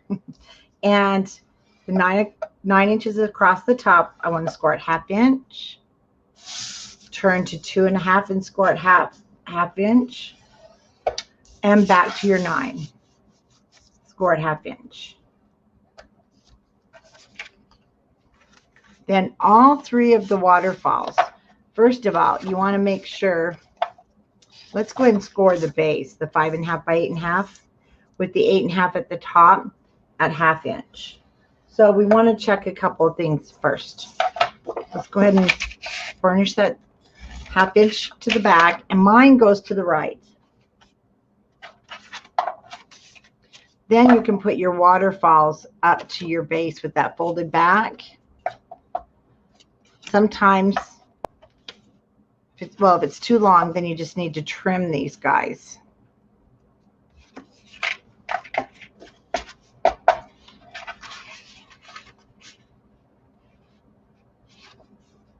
Yeah, I'm going to trim mine just a hair on my big cutter.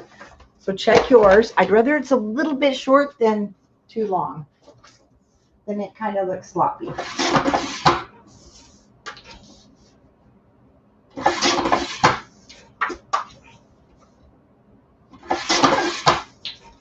I know, and I'm just trimming off a tiny piece, but I want it to be pretty close to perfect on the edges there. And let's check this flap. I put mine at the top. And again, you don't want it to be too long. You don't want it over here into the gusset. Going to take it off a little bit.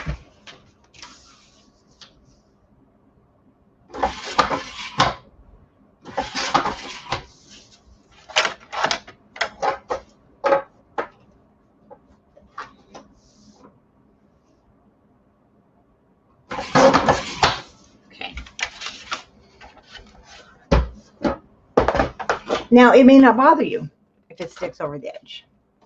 That's okay too. There we go. So just take that few minutes and fix it before you put it down, and you'll be a lot happier. Now we're going to score these. The 4.5 is across the top. Just score all 3 1/2 inch.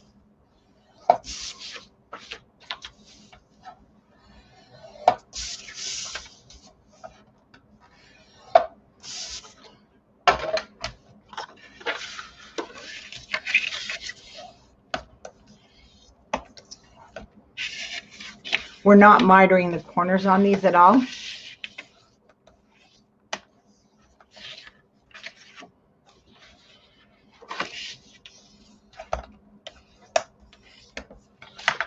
Because it's a waterfall, and so you don't have to.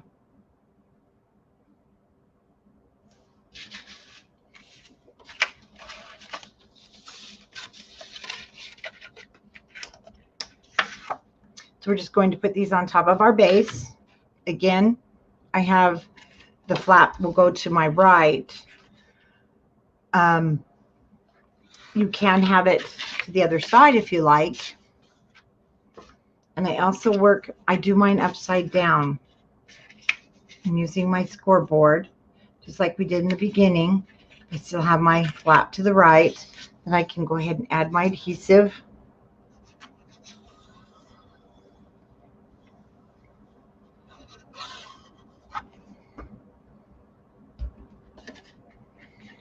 Uh-oh, I'm getting some, oh, there we go. I thought the video was spinning, but it's not.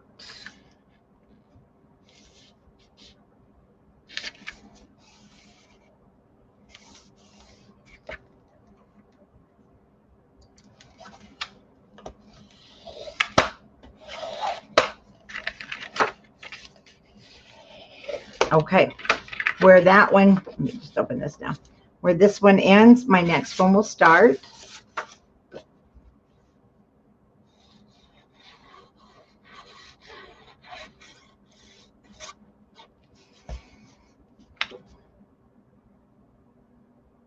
Oh, crap.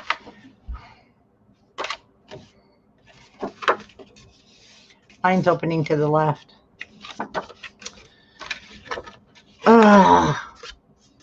I've got a failure to pay attention tonight. So, really don't matter what side it opens. Mine's opening to the left. And if you're following right along with me, you're going to open to the left too.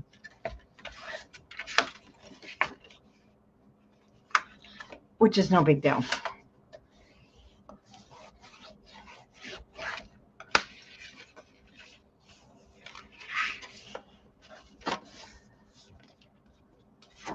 Okay, we've got 2 good mistakes. We're done. There can be no more. Actually, they're not mistakes. They're variations from our pattern. That's all.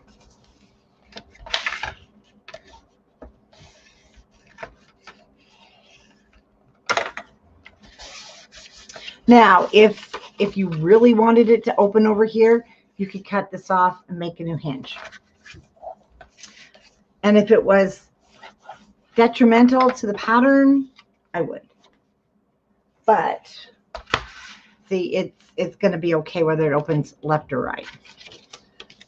You could have it open and have them flip down, but then again, you won't have a pocket to hold things. So we're going to go here to the left. complete opposite. You know, my husband gets mad at me when we're driving. He says, are you telling me to go left? Or are you telling me to go right? I don't know. Just get us there. Hi, Sherry. I didn't miter the bottom because it's not like at the top where I need to cover it. I'm going to turn this way so I can see the top. And again, you want to stay just where your page is attached to the hinge, not over into the gusset.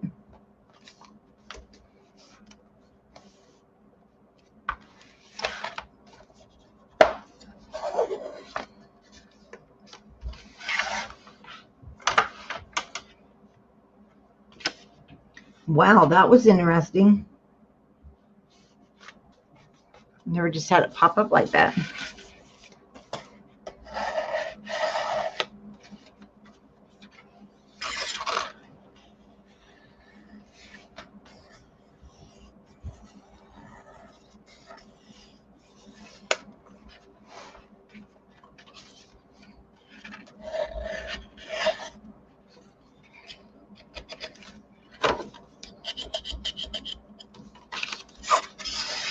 Okay. Excuse me, cool little waterfall. Bottom pocket, we've already scored.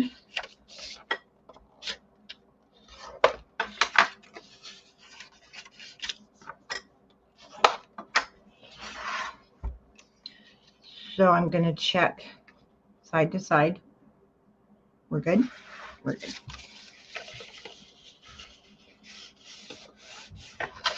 No, it meets at the top. It's right at the very top.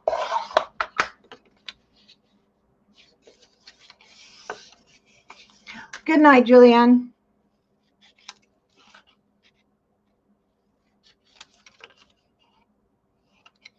Miter your corners.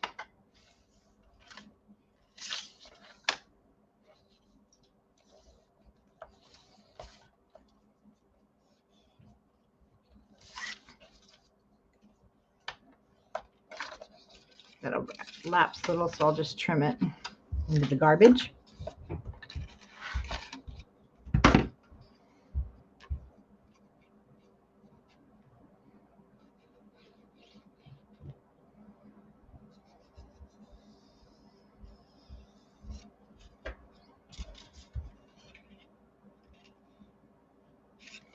Okay, we're going to put this right at the bottom of the page, right to the outer edge, this outer edge.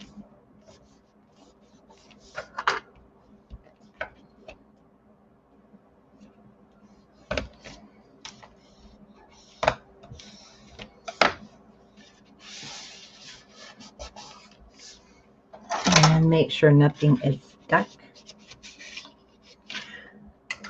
Okay, super easy to mat. Now I'm going to show you how I did this bottom.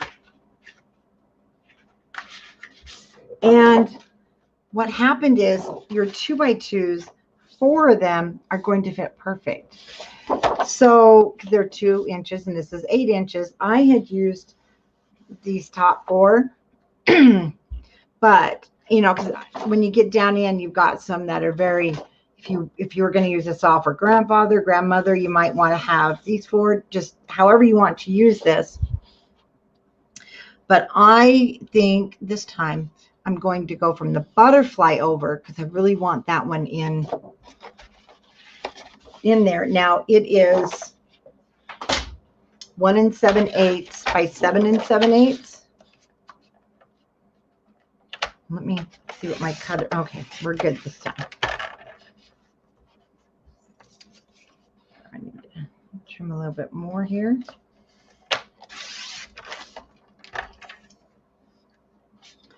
And I'm just going to cut that one whole strip at 1 7/8.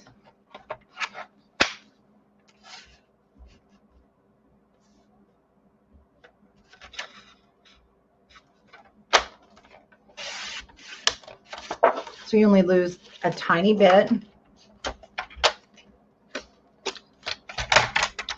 And because I want to go from this way, last time I went from this flower over, I'm going to turn it this way. We're going to go this way. And it'll be 7 7/8. So I just lose a tiny bit of the hands of time.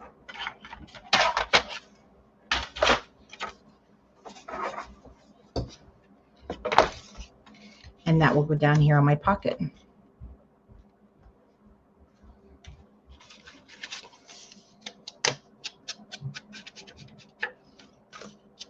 Do you know, Julianne, when you mentioned, of course you might be gone, that you're going to grab something to eat. Crafting for adults is like little boys playing in the sandbox who don't want to stop to go pee. I'm in the middle of crafting and all of a sudden we got to eat, we got to use the restroom. It drives me crazy. It's like, no, I just want to craft.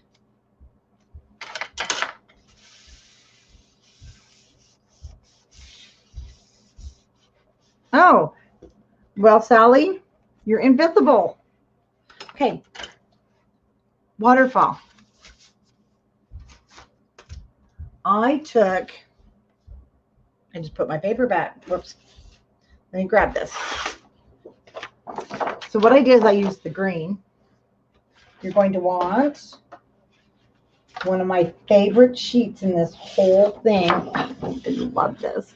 So we used the 6x8 earlier. This one is the 12x12, of course. And I use this. I used the green. So I used 2 of these actually. And then I used a piece of the gold, but no, we don't have a scrap. So I use gold on the last. Or you can just go green, either way. And, or you've got this piece to use. But I think I'm going to do that with this. So we're going to first cut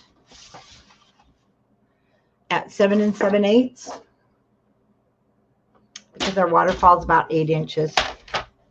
Mine's just a hair short of that, so I'll go even a little bit shorter. But I want 2 of the green, and this one is directional,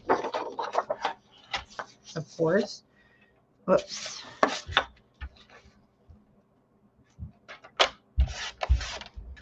I'll set that piece aside. I'm going to check my length here. Side to side, we're good. And then our waterfalls are now 4 inches. So I want 2 pieces that are 3 7/8.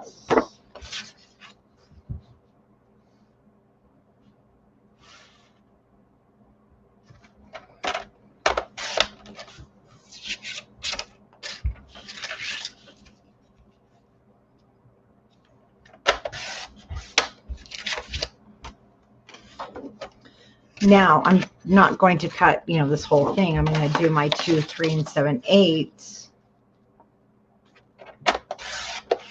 Then I'll cut my length.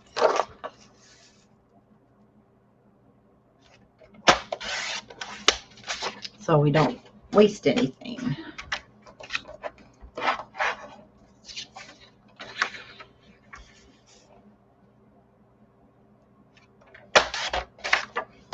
Save that.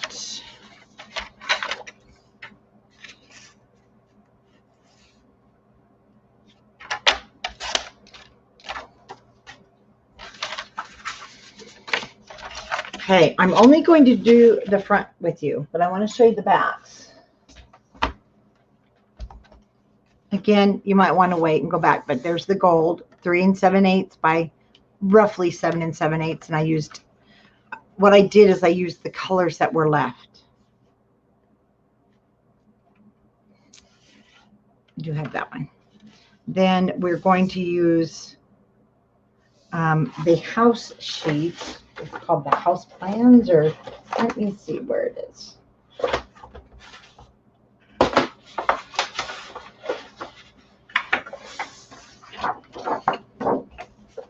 So it is the second sheet of your floral. And you've got the piece that we would cut. So you've got a full one, but I would use this because it's going to be perfect. That's the one we cut off for the family tree a moment ago.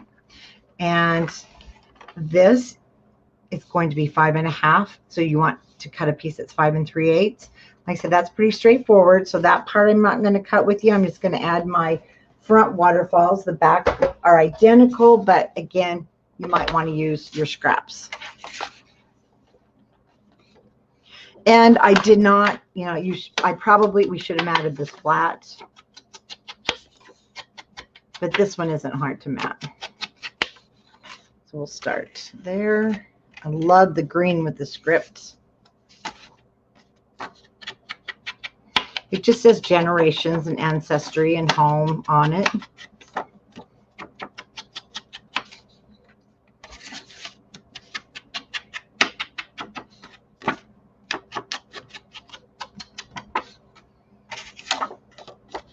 Love this one.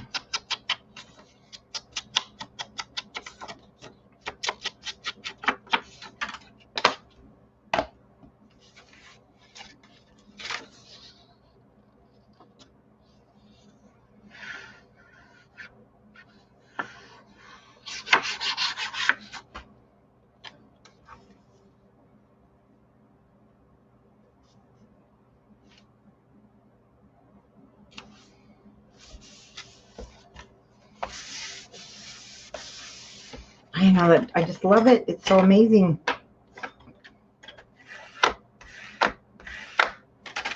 Actually, I'm going to come back here to the back. It'll be easier to see as I'm going. So I'll have the backgrounds. Oh yeah, you could use your 2x2 if you like that side better, because you pretty much have 4 whole ones, which is nice. Now on this one, I didn't cover that hinge piece. On the original one, I did. I went all the way up, so I cut this a 1/2 inch bigger, but I wanted it to look more just like the waterfalls this time.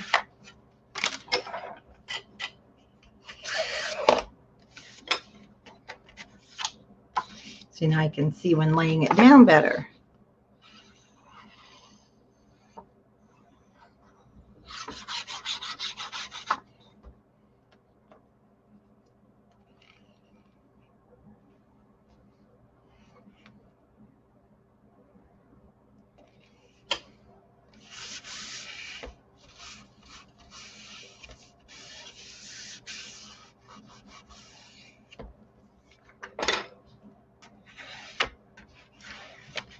Okay, and my last one here.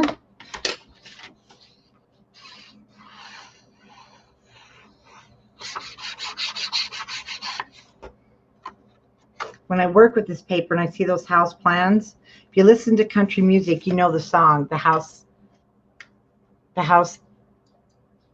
come on, Miranda Lambert sings the house that built me. So this is what this paper reminds me of, is that song. So that gave it a different look than the gold. Kind of give you 2 ideas here.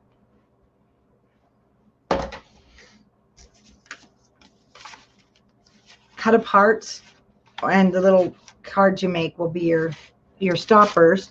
But let's go ahead and mat. Like I said, go ahead and mat the backs identically the same.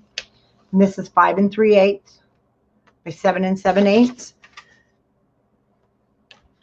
I'm going to cut 7 7/8 by 7. It doesn't have to go all the way down unless you want it to.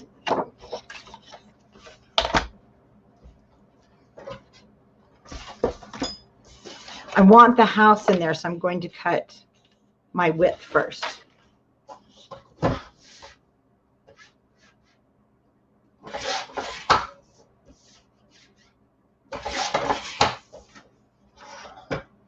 Seven 7/8 by 7.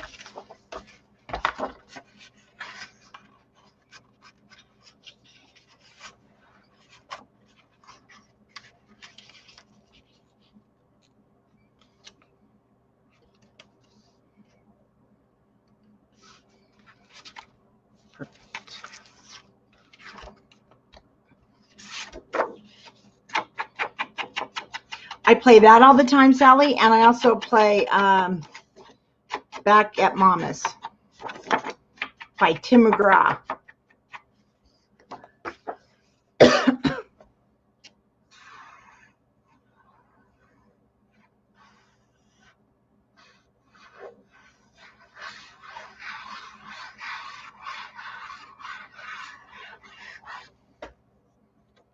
Okay. Into the pocket we go. It's always fun to put our papers in pockets, I know.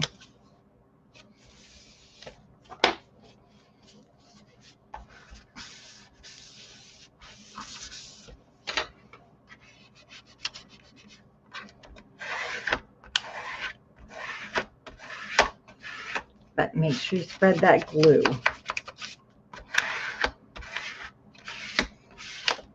Okay. Waterfall. I did go back after I used scraps. Actually, I used, where'd that piece go that we had? I used that other piece of the mums that I just cut. You could use gold, anything you want. I cut 3/8 of an inch strips and I filled those in. So remember, I used the solid cardstock for the back.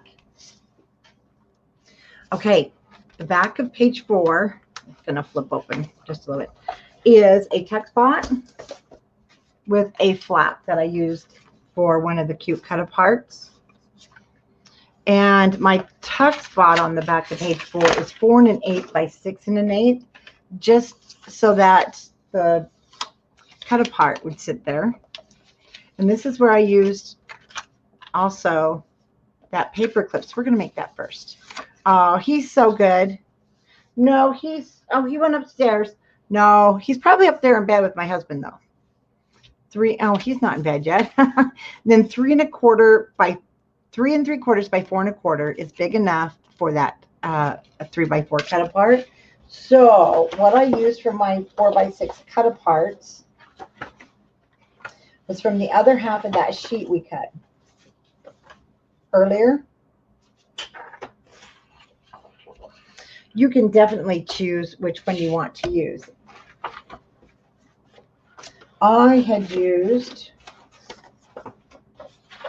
one I can't find. Oh, it's the gold.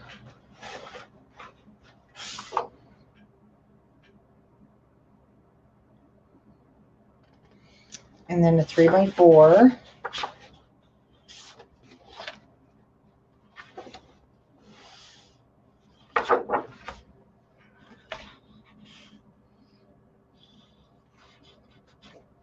It's really weird. Let me find the 3 by 4. This one. It says thank you.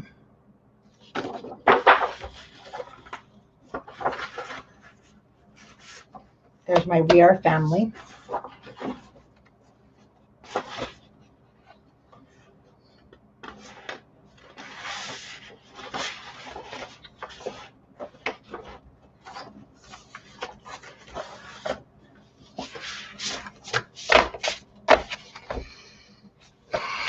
I have got to be blind. I am not seeing this.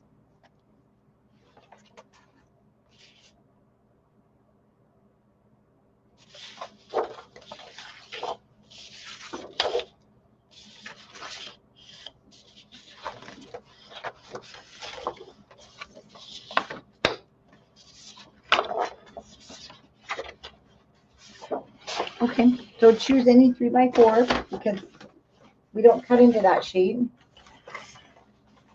Oh, wait, I know where it is. 6 by 8 pad. I keep forgetting we used our 6 by 8 pad. There it is. Now, your 6 by 8 pad does have some of the different designs, which are really cool. So my tuck spot is the We Are Family 3 by 4 graphic 45 tag. And so let's grab, if you have a paper clip,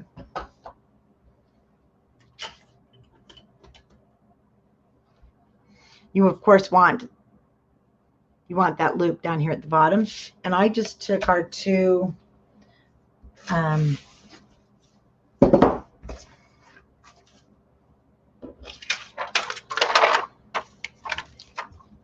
the man and the woman, or the boy and the girl. And I added, for this, you can use glossy accents if you want. You could art glitter glue did hold that. I'm going to try. I've got the Nauvoo Crystal Clear, which is just like glossy accents. But I'm pretty sure your glossy accents, your art glitter glue will hold. I'm just going to put that there. And I just basically butted them up together.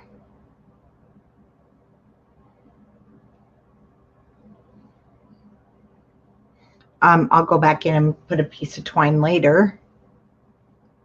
And then that can be drying. It's not a good close-in. Okay, I'm just going to let that dry.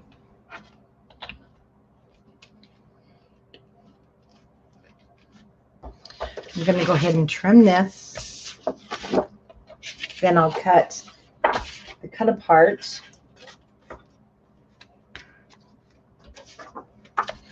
From here. That's going to go on that flap.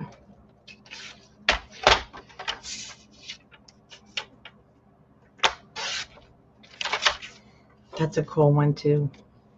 I think I'm drawn to the gold in this for some reason. Love the gold. So I'm going to trim this. It needs to be trimmed. I have some of the other cut apart on here. Just needs to be 4 by 6.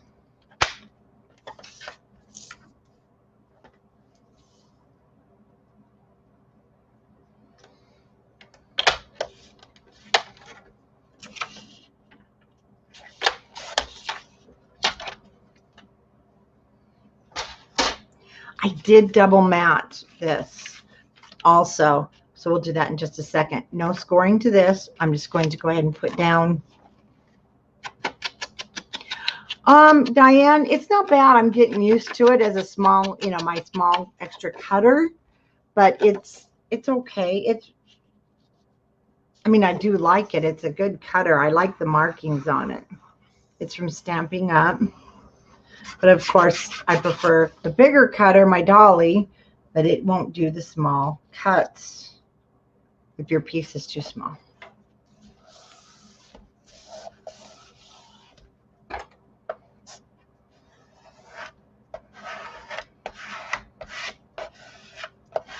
Okay, set that aside. Score.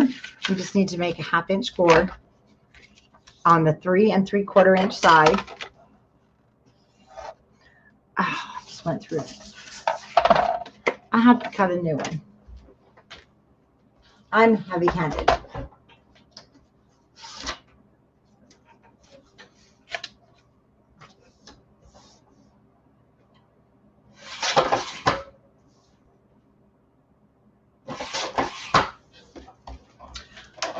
Thank goodness for scraps. Okay, not so hard. 1/2 inch on the 3 3/4 inch side.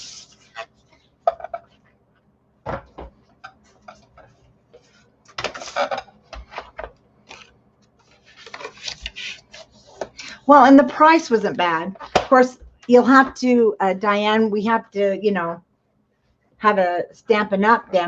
Demonstrator to get, or I just ordered off the website. So this is 3 by 4. I'm going to cut a matting piece. You've got lots of scraps. And actually, let's bring in some of the blue, if it will fit. Oh, it will fit. No. Oh, it might fit. It'll fit. Give me some of that blue. Last time I used just a piece of this one, but I want to bring in the blue. So I want to cut this 3 1/8 by 4 1/8.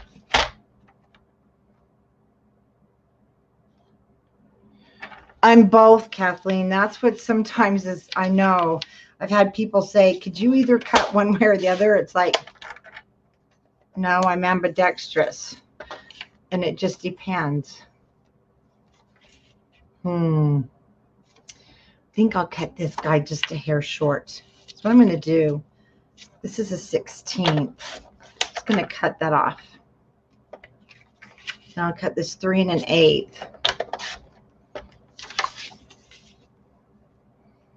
Oh, so I must have cut this a little too short, so it worked out perfect. If not, I was going to trim my cut apart. No, sometimes you'll see me using it this way too. I mostly am left. Everybody in my family, brothers, I have brothers, and my grandmother was left-handed. And so I'd watch my mother, of course, and I just started using both hands. I bat when we play softball left-handed, and it drives the rest of my family nuts because they're like, we can't pitch left-handed. But I can't hit. I can't use a bat right-handed. Diane, and when you get it, just play with it for a little bit. It just takes a little playing with. Okay. And I am going to move this up a little bit from the original album. You'll see. And here's the thing. This is kind of big. I must have trimmed this too far. I'm going to take 1/8 of an inch off. I'm going to use my bigger cutter because I want it to fit the cut apart.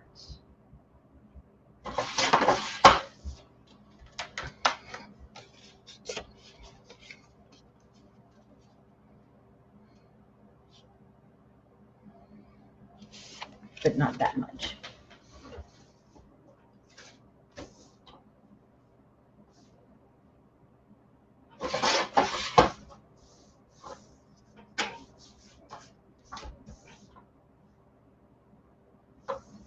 Not big enough paper.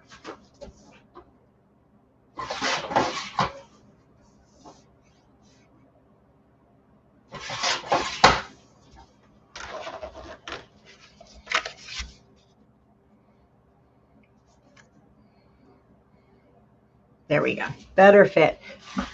Good thing we've got scraps. Lots of scraps. Are you too, Sherry? Yeah, I can't bat right-handed. There we go. Now for the back, let's see. Again, I will be using just the other scrap that we use from the cut apart from our 6x8 paper pad.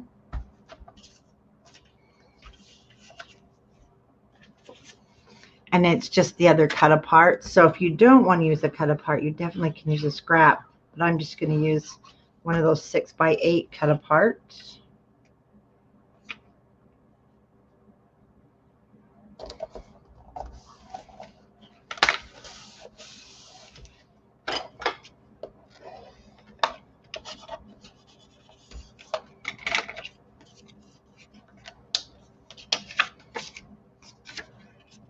Great cards. I'm telling you, this is going to make great cards. I can't cut. So let me, that was the one I cut too short. So I'm going to cut it 3 1/8.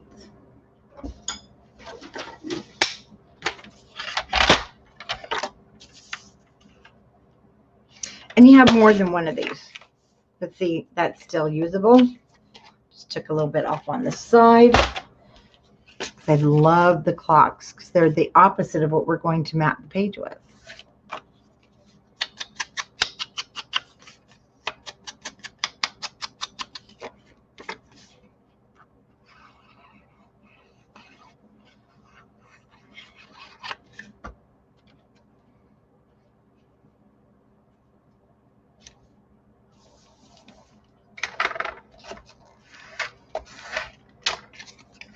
All right, let's grab the matting piece that's going down on the page. And you have 2 of these. So close your eyes as you're cutting. So that's, see, I wanted the opposite. 7 7/8 by 7 7/8. And, oops, just cut this way. Decide which side of cut apart you want. And you'll have some left over.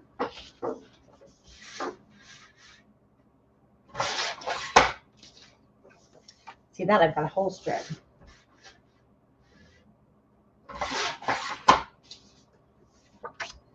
Great for cards.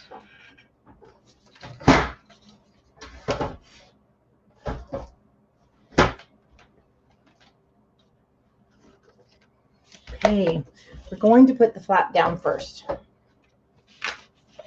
And let me tie this back.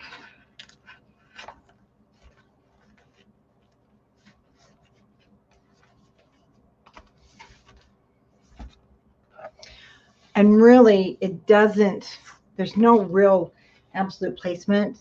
I put this tuck spot, I'm only going to glue the 3 sides. But I did want these to kind of intersect. Let me get my dry. Here it is.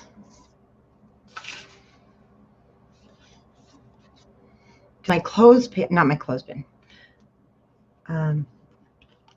Paper clip here is what I use to hold them closed. So they do need to be in close proximity of each other.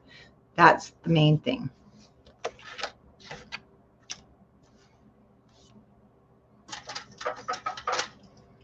So I'm just going to make a mark where I want it to be.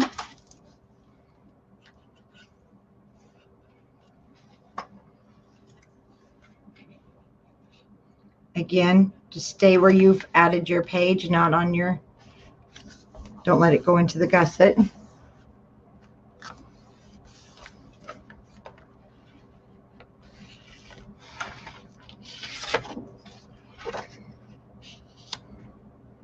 Our matting next.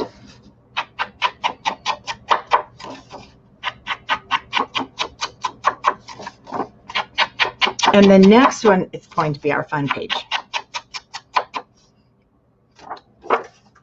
I think it's our fun page. We're going to be using your graphic 45 tags. And if you have a package of magnets, you should have, from what I've used, if you didn't use it on the flap with the frame, you should have 2 left. This is the background paper. Because then our tuck spot just sits on top of it. Oh, yes, Diane, I'm sorry. It is 3 and 7, or it is 7 7/8 by 7 7/8. Put some of these tools away.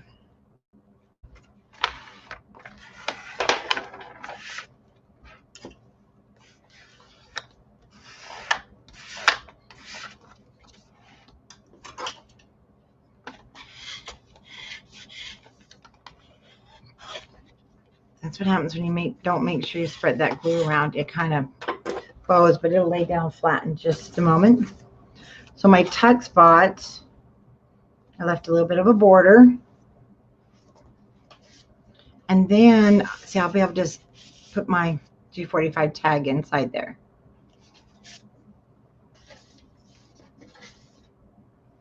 And I do only glue 3 sides. So this left side and the bottom.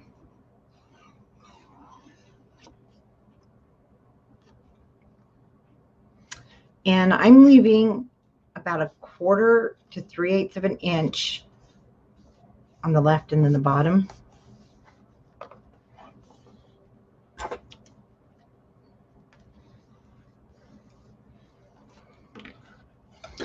And this should be dry.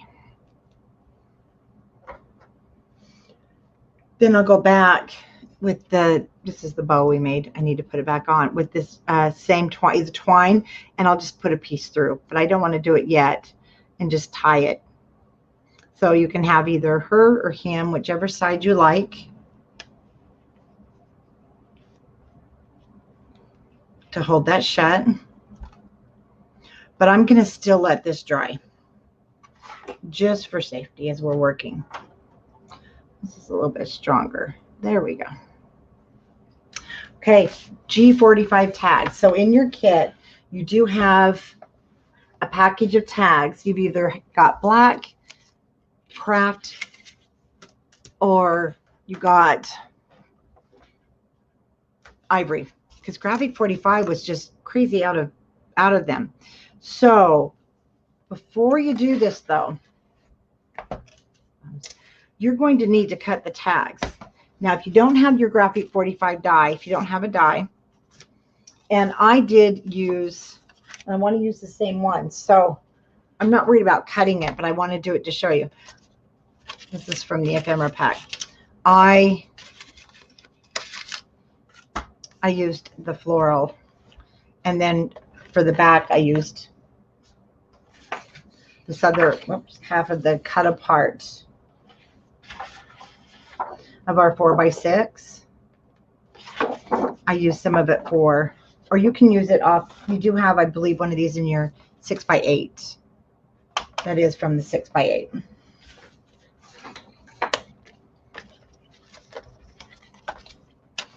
I believe they both are. Let's just, yeah.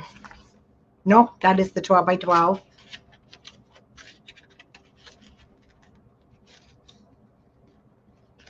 Just check these graphics. Yeah, graphics are from the 6x8 for the back. Okay. I always do like to wait for scraps, of course, but on this, so what you're going to do is you're going to cut your matting first. Now, if you don't have a G45 tag and you're on Scrapbookers of Country Craft Creations, with permission from Graphic 45, one of my designers, Jennifer, has made an SVG file of this medium-sized tag, and you're welcome to use it. You're just not welcome to sell the file. You can sell your album, but you cannot sell, or you can share for the tag SVG if you have a Cricut. So it should work on Cricut or Silhouette. Should. Anyway, you're going to cut that first. Now, if you don't have it, that's okay. All you have to do is cut a square that fits inside of here. So if you don't have your dies, and but you're going to want a corner rounder, then I would cut, you're going to cut a 4 7/8 piece of cardstock, and that's the old way, how we used to do it, 3 3/4. And you just won't have the top covered. Okay. Otherwise, you'll have your tags, your matting, and I'll show you what I did there. I'll use these since I don't have the other ones cut. So we're going to put these in our cutter. And this is a different paper. So I don't know, Diane. It's an SVG. We will ask Jennifer. She'll know. So this is the one side. That's the, obviously you can tell the front from the back. And I want that to be here at the back. And I'm going to score it 1/2 inch.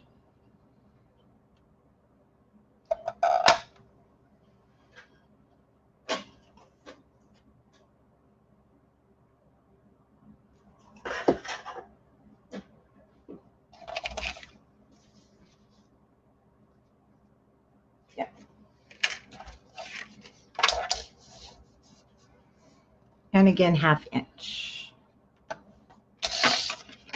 And you will want to cover front and back, of course. So when you are cutting your papers, you need to check your directional. Now, some crafters, okay, they like to fold against, see how that's the indent. I don't like to fold against that with these. It just seems to kind of crack. So it makes it easier on the paper to fold where it's already indented.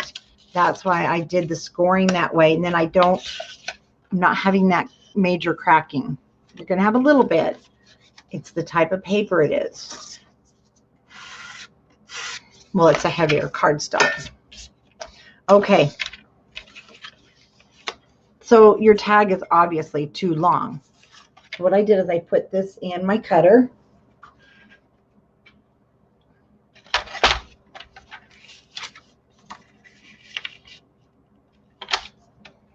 I cut off 1/2 inch.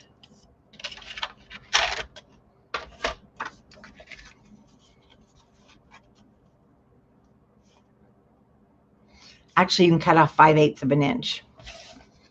Because you're going to turn, then I took this piece after we put it on, I turned it around. Oh, I put the circles at the top. And then I just added adhesive to the bottom of it. So cut this 5/8 inch. Added glue.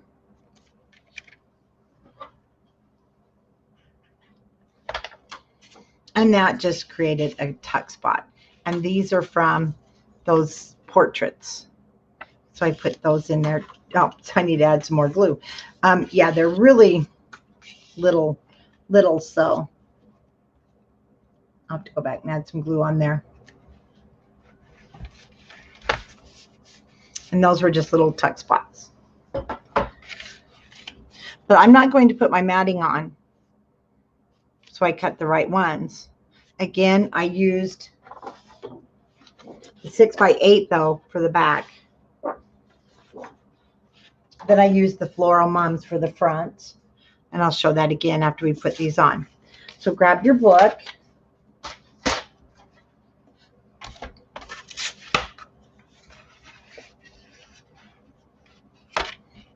Keyboard. Okay, I have it turned sideways. Hope the keyboard. Let me bring this over this way. Here we go. And what I did, so I have the 1/2 inch to the back.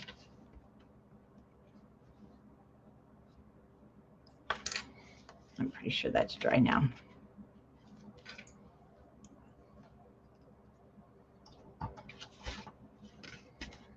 And one to the bottom. And one to the top.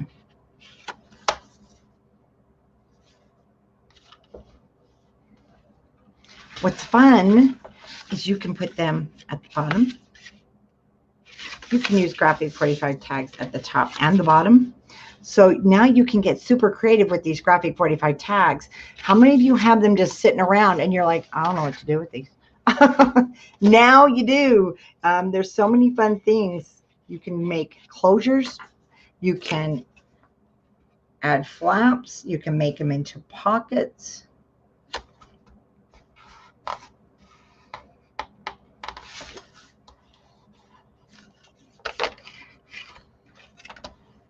But we are going to put magnets.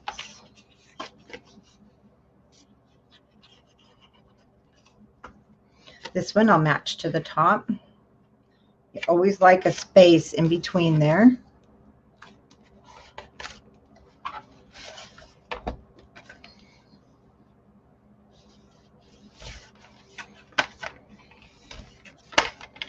Now, let me show you these again. So for the front, the floral. And then I used the back sides. So I just put the floral on the back and I put the print in the front.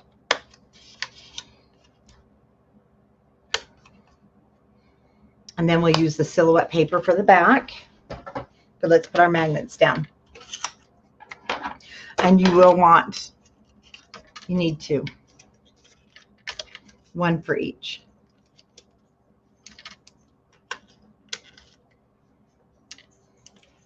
And there's a lot of other ways. If you wanted to get by with just one, and then you could put a cut apart there.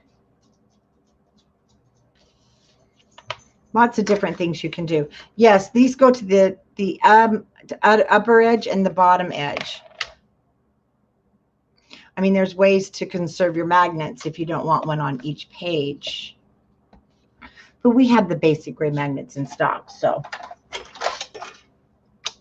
And you know, I don't usually use a whole pack in an album. But to me, this is kind of like one of those special albums that warrants the use of my product, the paper. I usually try to save you guys paper and product, but some albums, especially this one that's going to be, you know, a keepsake for a long time, you just have to do it, right? Now let's get our silhouette. So I'm not going to mat these. You'll cut yours. And I didn't cut mine till the end either. I wanted to wait to see what I had for scraps so that I didn't use up on my bigger sheets. 7 7/8 by 7 7/8.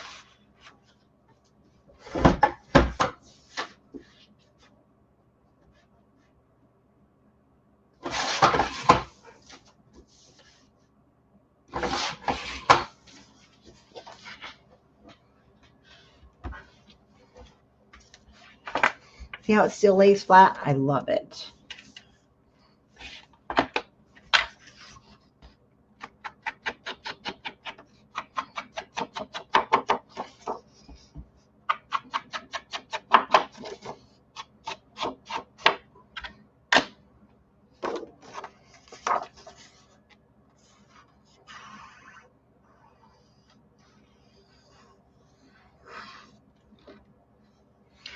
So because it's already 8 o'clock, we'll be done here in about 30 minutes. I'm not going to do the cover, and we will plan on doing that Thursday.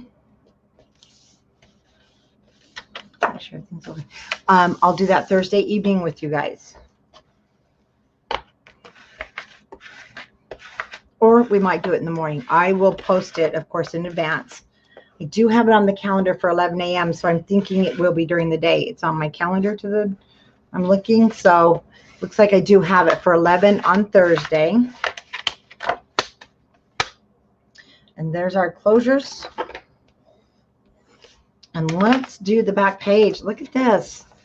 I don't know about you, except for the few little boo-boos. This is probably one of the less stressful albums I've ever done, and it's one of the bigger.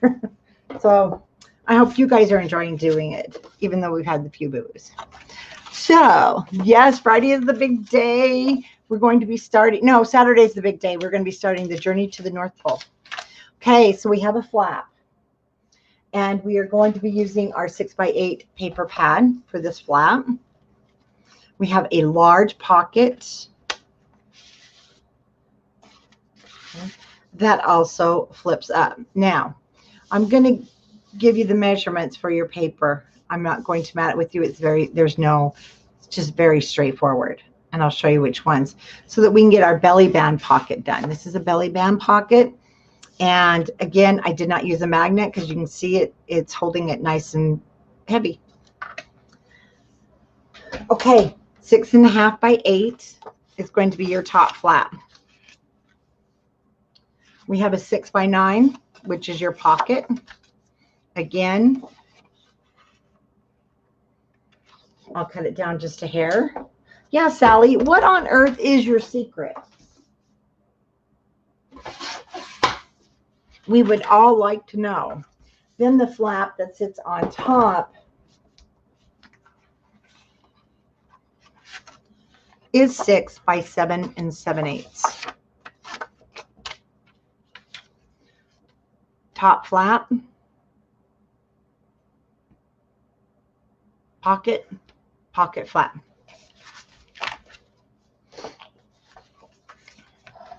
So my 6 by 7 7/8. That's that flap. So I'm going to score it with the 6-inch at the top of my scoreboard.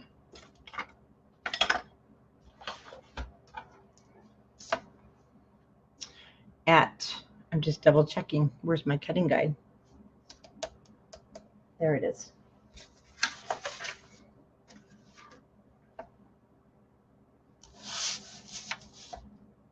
That's the 6 by 7 7/8.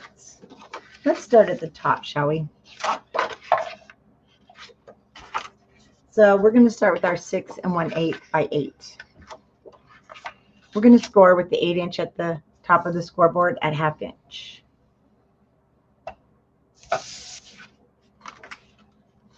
Six by 9-inch pocket. I did trim a little off. So I'm going to score it with the 9 across the top at 1/2 inch. Turn it to 6 and score at 1/2 inch. And back to 9 at 1/2 inch.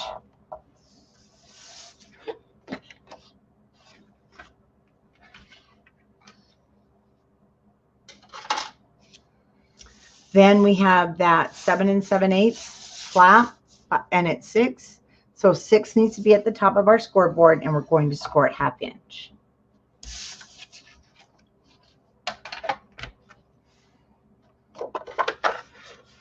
We're just going to burnish all the score lines. I just do the 2 sides on my pocket. And then I'll fit it to the page, and we'll see how it fits.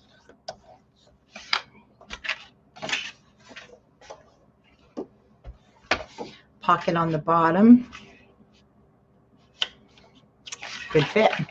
So if you want to go ahead and mat these, of course, before you put them down, this flap is our butterfly.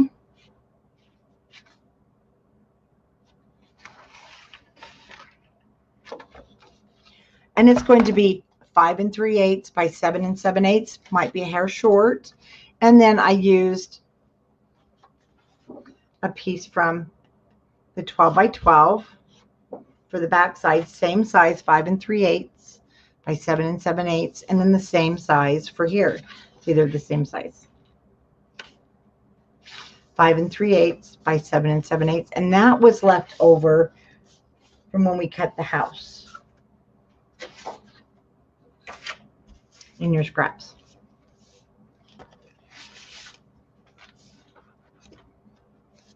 Then I used, things falling out. I used the clocks.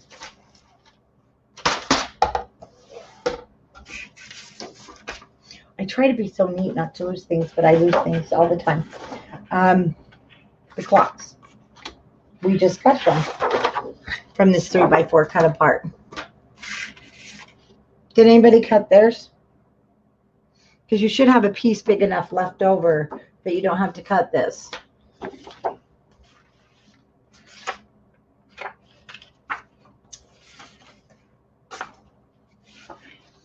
Depending on the direction you cut it. My clocks will be sideways. So what you're going to do is you're just going to cut it from the bottom up at 4 inches. You could even go just 3 to sit inside your pocket. Now this comes from our 6 by 8 paper pad. We'll just trim it down to fit. And so does that back piece. It's kind of a gray, and this is cool. If you want to, you could use this instead. I thought this was cool. I did use it for some cut aparts. It's the opposite. So you've got those to kind of play with. Ooh, the video got weird. And I'm going to cut this down with you before we put it on, though. And I already checked our pocket, our flap. So see, your flap is 7.5 by 6 1/8. So 6 is going to fit perfect. You're not even going to have to trim side to side. We just need to trim top to bottom. And not too short this time like I did the first one. So I need this to be 7 3/8.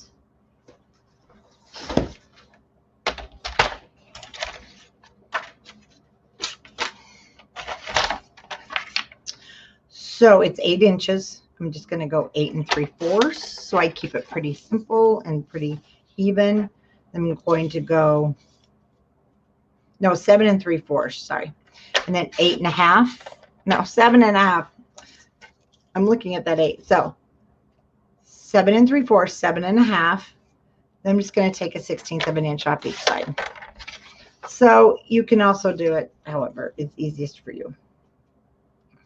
For me, that way I can see the photo. I can make sure it's going to look centered. Oh, the back, you don't have to worry about that. We'll just cut it 7 3/8. There is no magnet. It held its place just fine with the big flap. So that's how you'll cut your flaps. Now go ahead and put these two on. I'm just not going to put the pocket ones on where I gave you the measurements. And again, that's that butterfly, the back of a 3 by 4 card, 12 by 12 sheet.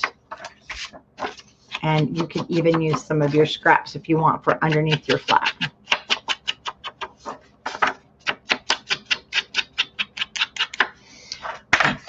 So I'm going to go ahead and mat these. We're going to put them on with the pocket.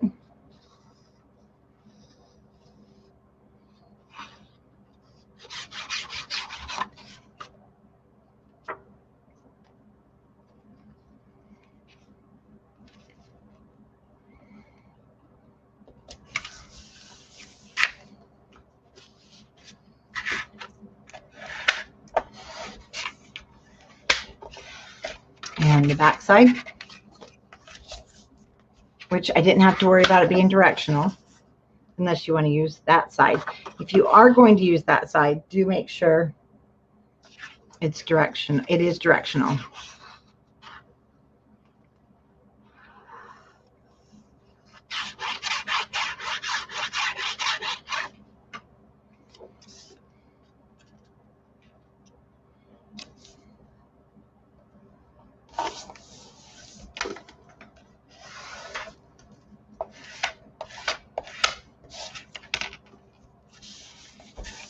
Okay, let's put everything on.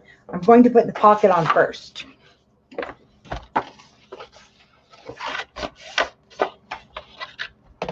So even if you aren't going to put this on first, you need to put that flap on.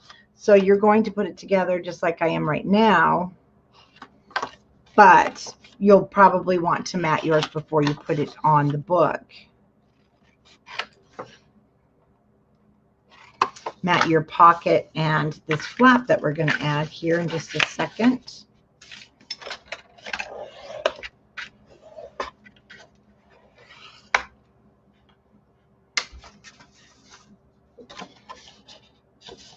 Hinge at the top, and it's going to sit at the top of my pocket. Check your length. You need to trim it.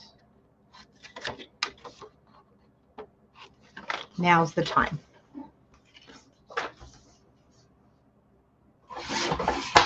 How long does well, I don't know. Lillian, because you'll need to stop and start. I mean, I don't know how fast you work, but I would say have patience with yourself. Start and stop the video. I think you could do it in a week if you were doing it every day.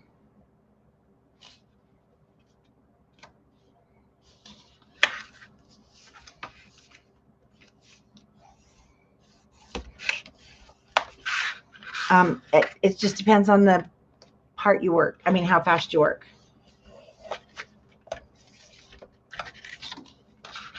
Okay, let's put our pocket on.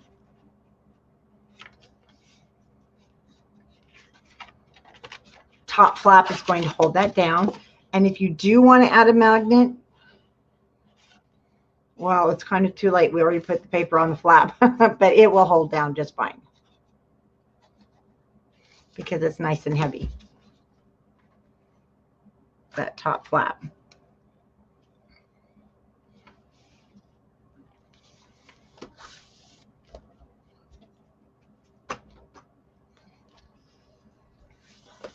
Now, on this page also, I'll go back to show you, did not add any, I didn't add any stickers or anything. So I thought it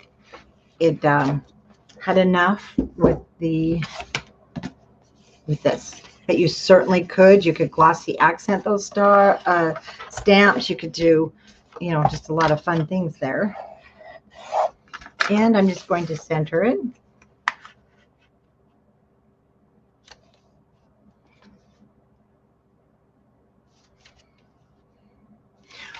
Linda, just kind of break it down. One day, make the cover.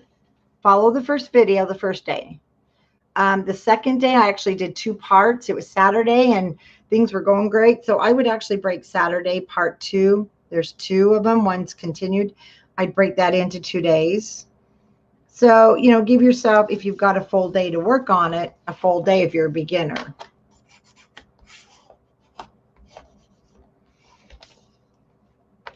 And because you're watching, then you know where there were some errors. Okay, now you just need to do the matting here. See, whichever way your album lays with this cover, it's going to lay pretty much flat. Belly band. Okay, we need to, oh, that goes in the other book. We need to create the belly band pocket. So this is a belly band pocket. And you don't have to have it as a pocket if you don't want to, but having this as a pocket is also a great place just to put loose photos, paper clippings, because belly bands fall through, but then you can use it as a belly band. Now, one thing I did not put, but it's pretty heavy, you could put a stopper using like one of these chipboards, anything, but it has this nice pocket.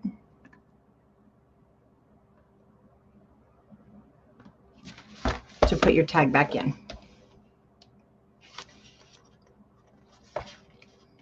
Forget it, we're not putting the tag back in. It doesn't want to go back in right now. So,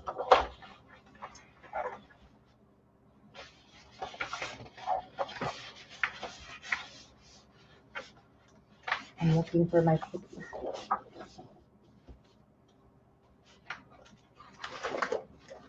You know, I have a couple of designers that say the same thing. Matting on camera is rough because we sometimes end up using the wrong paper than what we made it with. But I didn't this time. I thought I did. Okay. So I used the green. I brought the green back in. And you're going to want a 5.5 by 9.5 inch. That's going to be our belly band. Then the pocket that sits on the belly band, hello, is 6 by 9.5. Then that booklet is 8 by 12. So my booklet is 8 by 12. I'm going to start by cutting the matting because I did wrap the belly band part around this. And I want to cut this. Our cover is 8.5 by 8.5, so this is going to be 8 3/8 by 8 3/8.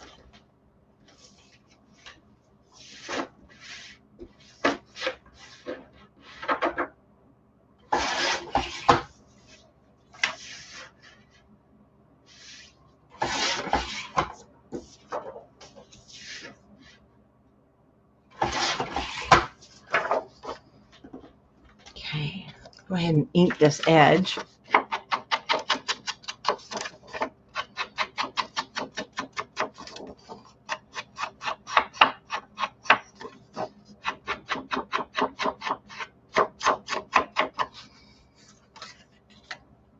And I'm going to start with the two pieces, 5.5 by 9.5 and 6 by 9.5. So I'm going to start with the 6 by 9.5. That's going to be a pocket. So we're just going to score with the 9.5 at the top at 1/2 inch, 6 at the top at 1/2 inch, and 9.5 at 1/2 inch.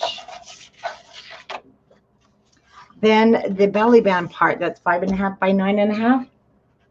We want to score at 1/2 inch on both ends. So I just turn it back around. Let's go ahead and burnish those edges.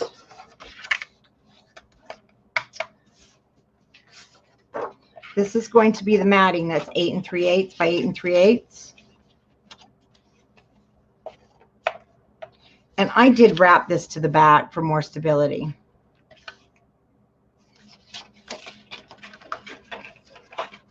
And let's go ahead and get our pocket burnished so we can put it on top of that. Now, one thing that might make it easier, and I think I'm going to do on this one, I'm checking this side to side, is I probably should have made this a 1/2 inch shorter so that you can see the variance from the back to the front. So if you want, you don't have to, but I'm going to take a 1/2 inch off.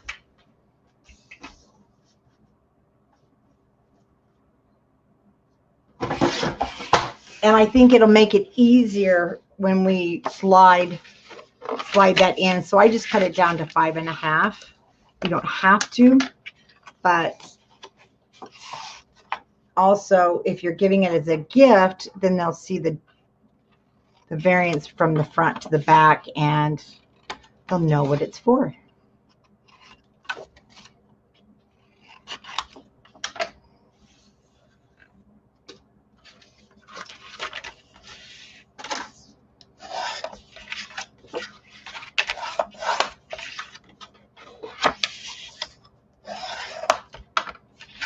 Okay, those are to the back.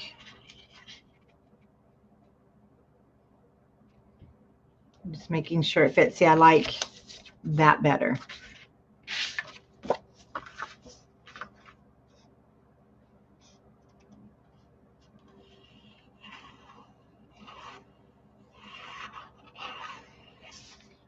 Add adhesive to all three sides of our half-inch core line, or half-inch little gusset thingies.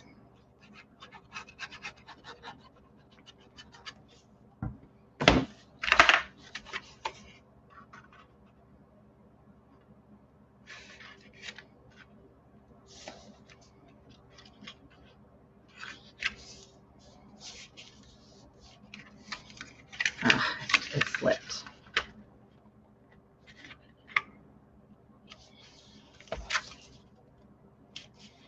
There we go.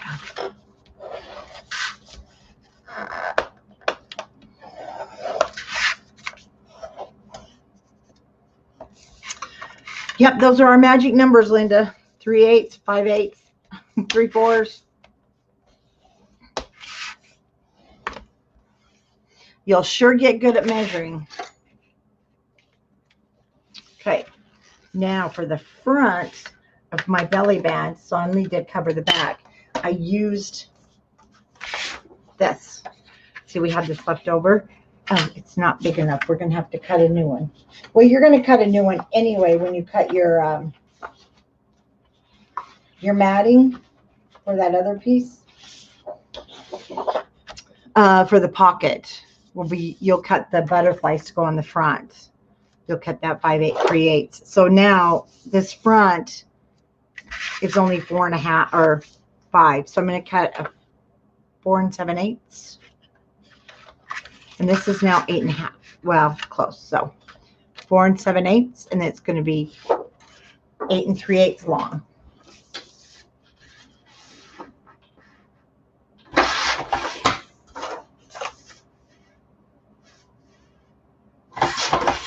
And if you've been following and working with me since Saturday, then since Saturday, you've made almost a complete album. And I think that's pretty good. Now we are going to want a piece that slides in here if you've made the variants like I did. And we have plenty of scraps for that. I'll just be cutting like 1 inch by 8 3/8.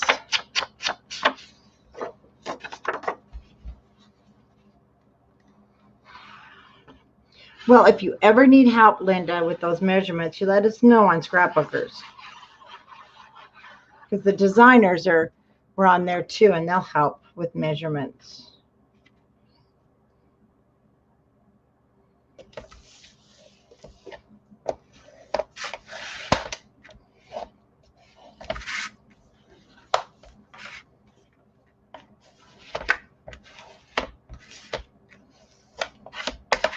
Okay, so for this, I kind of want to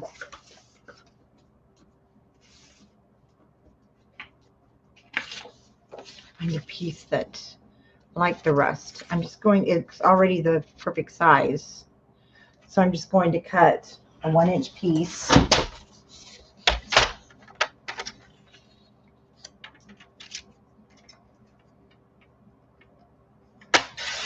And we're going to slip that right down into the pocket.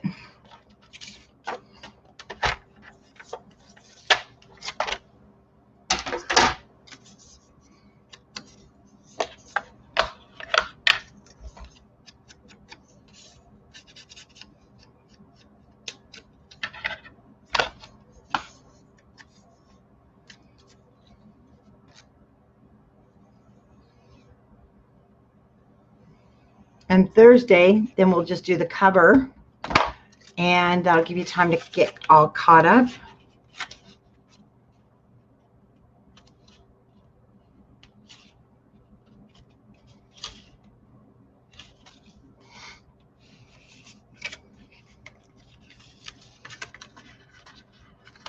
And it's already dry. The only thing art glitter glue dries super fast.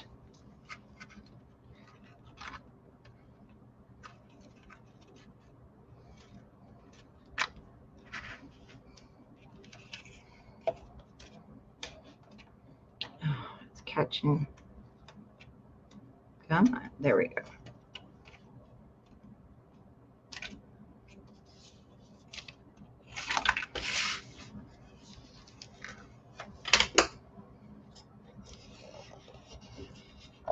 Still crooked, but it's not too bad. Yes, it is.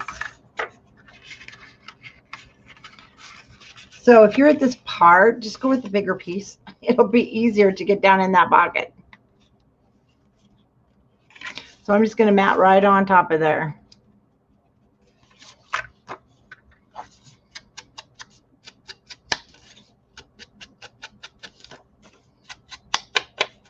I'm just going to use that other half.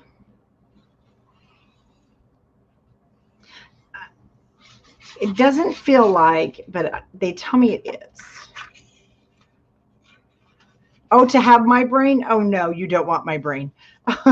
Sometimes it doesn't know which direction's up.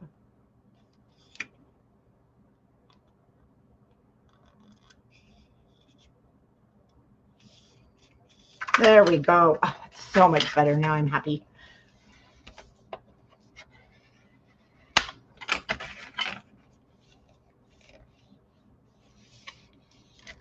And you don't even know that back piece is there. Okay, what's fun about this too? Let me show you. Now you could even set this to the bottom if you wanted, and you could close it, and it could be a double pocket. But like I said, I wanted it in the middle. I wanted it to be that belly band, and we're going to stick that tag in there. But the main thing is we get it on straight. And I'm going to use my scoreboard here. Put it out here in the middle. I'm going to use this dark line on 7.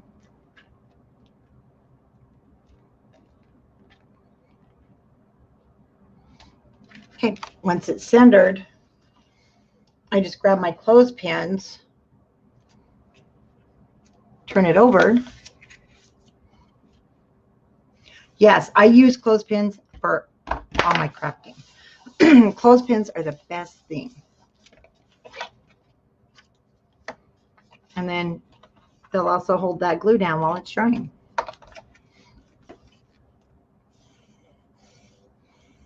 And there is a little bit of a space there, as there should be, so that it will expand.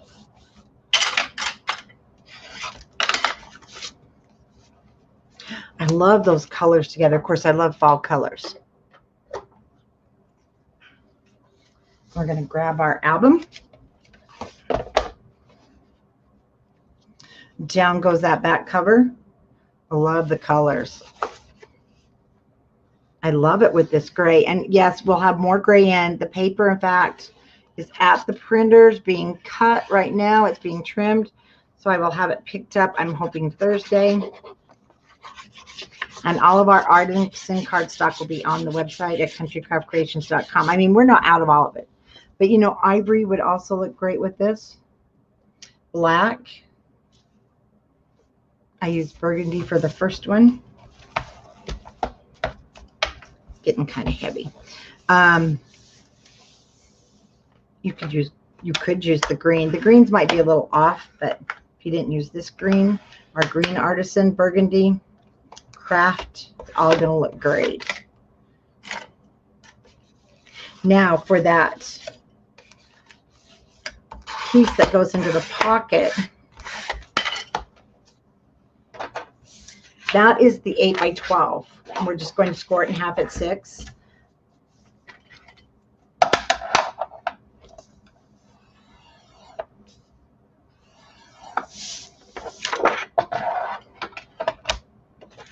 And you've got a fabulous booklet for either photos, gosh, anything. So that will slip right inside of there. Oh, because I forgot. So I took a 1/2 inch off. It will stick over the top unless you want to make it shorter. So let's take an inch off. No, let's take a 1/2 inch off.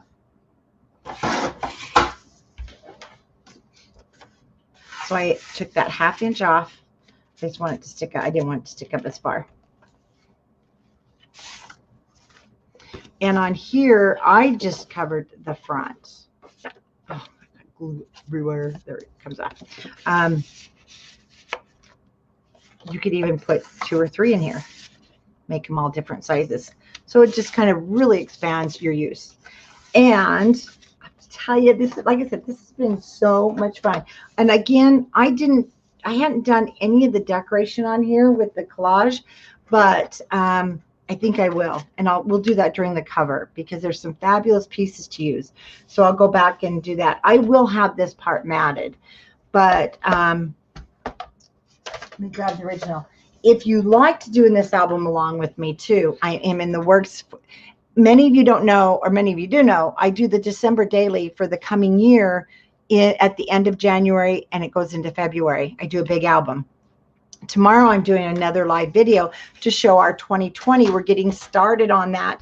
So it's time to start filling it. And that's the nice thing. We get done by the end of February, and we'll have the December daily for 2021.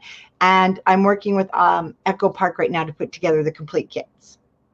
And you're going to love next year's December daily if you love this one. But Thursday, 11 a.m., we're going to do this cover. We've already cut most of the papers except for the spine. I showed those in the beginning. And so now all you have to do is go through and map the waterfall. I wanted to show that one more time for those of you that are making it. Again, oops, get glue everywhere. I use the coordinating, and so you should have a couple of sheets of each left. Or you can use any of the papers that you like. Then I did the spine pieces or the gussets 3/8 by 7 7/8 to fill in those spots. And I'll do this with you also when we do the cover, filling in our gussets there. Use your cut aparts to make your 4 by 6 cards. And let me put this one back. It's my poor little squish corner there. Mat now you can go back through and mat your Graphic 45 tags. Just mat your pocket. This is the only thing I didn't do on camera here. 5 3/8 by 7 7/8. And then there's that pocket. And like I said, if you started with me last Saturday, we just started Saturday, you've got yourself basically a complete album with ink all over it if you're mine. Oh, I don't think the paper's going to hide all that. Let me see. At the bottom. So I'll be coming up with some decoration for that. I'm definitely going to have to. Got on my ink pad. Other than that, we're done. We'll get the cover done Thursday. And wow, I'm excited. I don't know about you guys, but I'm excited because I wanted to have 2 of these done. And I know it's late for some of you, so I will let you go. And then I will see you a couple more times because I'm going to be live for Authentique this week. And I'm also going to be live to do our cover. And then I will be off for a week because we're starting our Journey to the North Pole online retreat.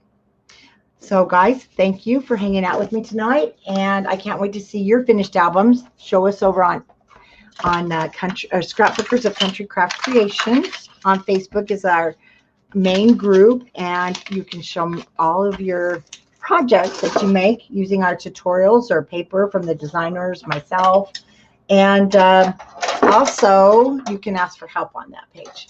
So thanks everybody, and then I'll see you Thursday then at 11, and we'll finish the album. Bye-bye.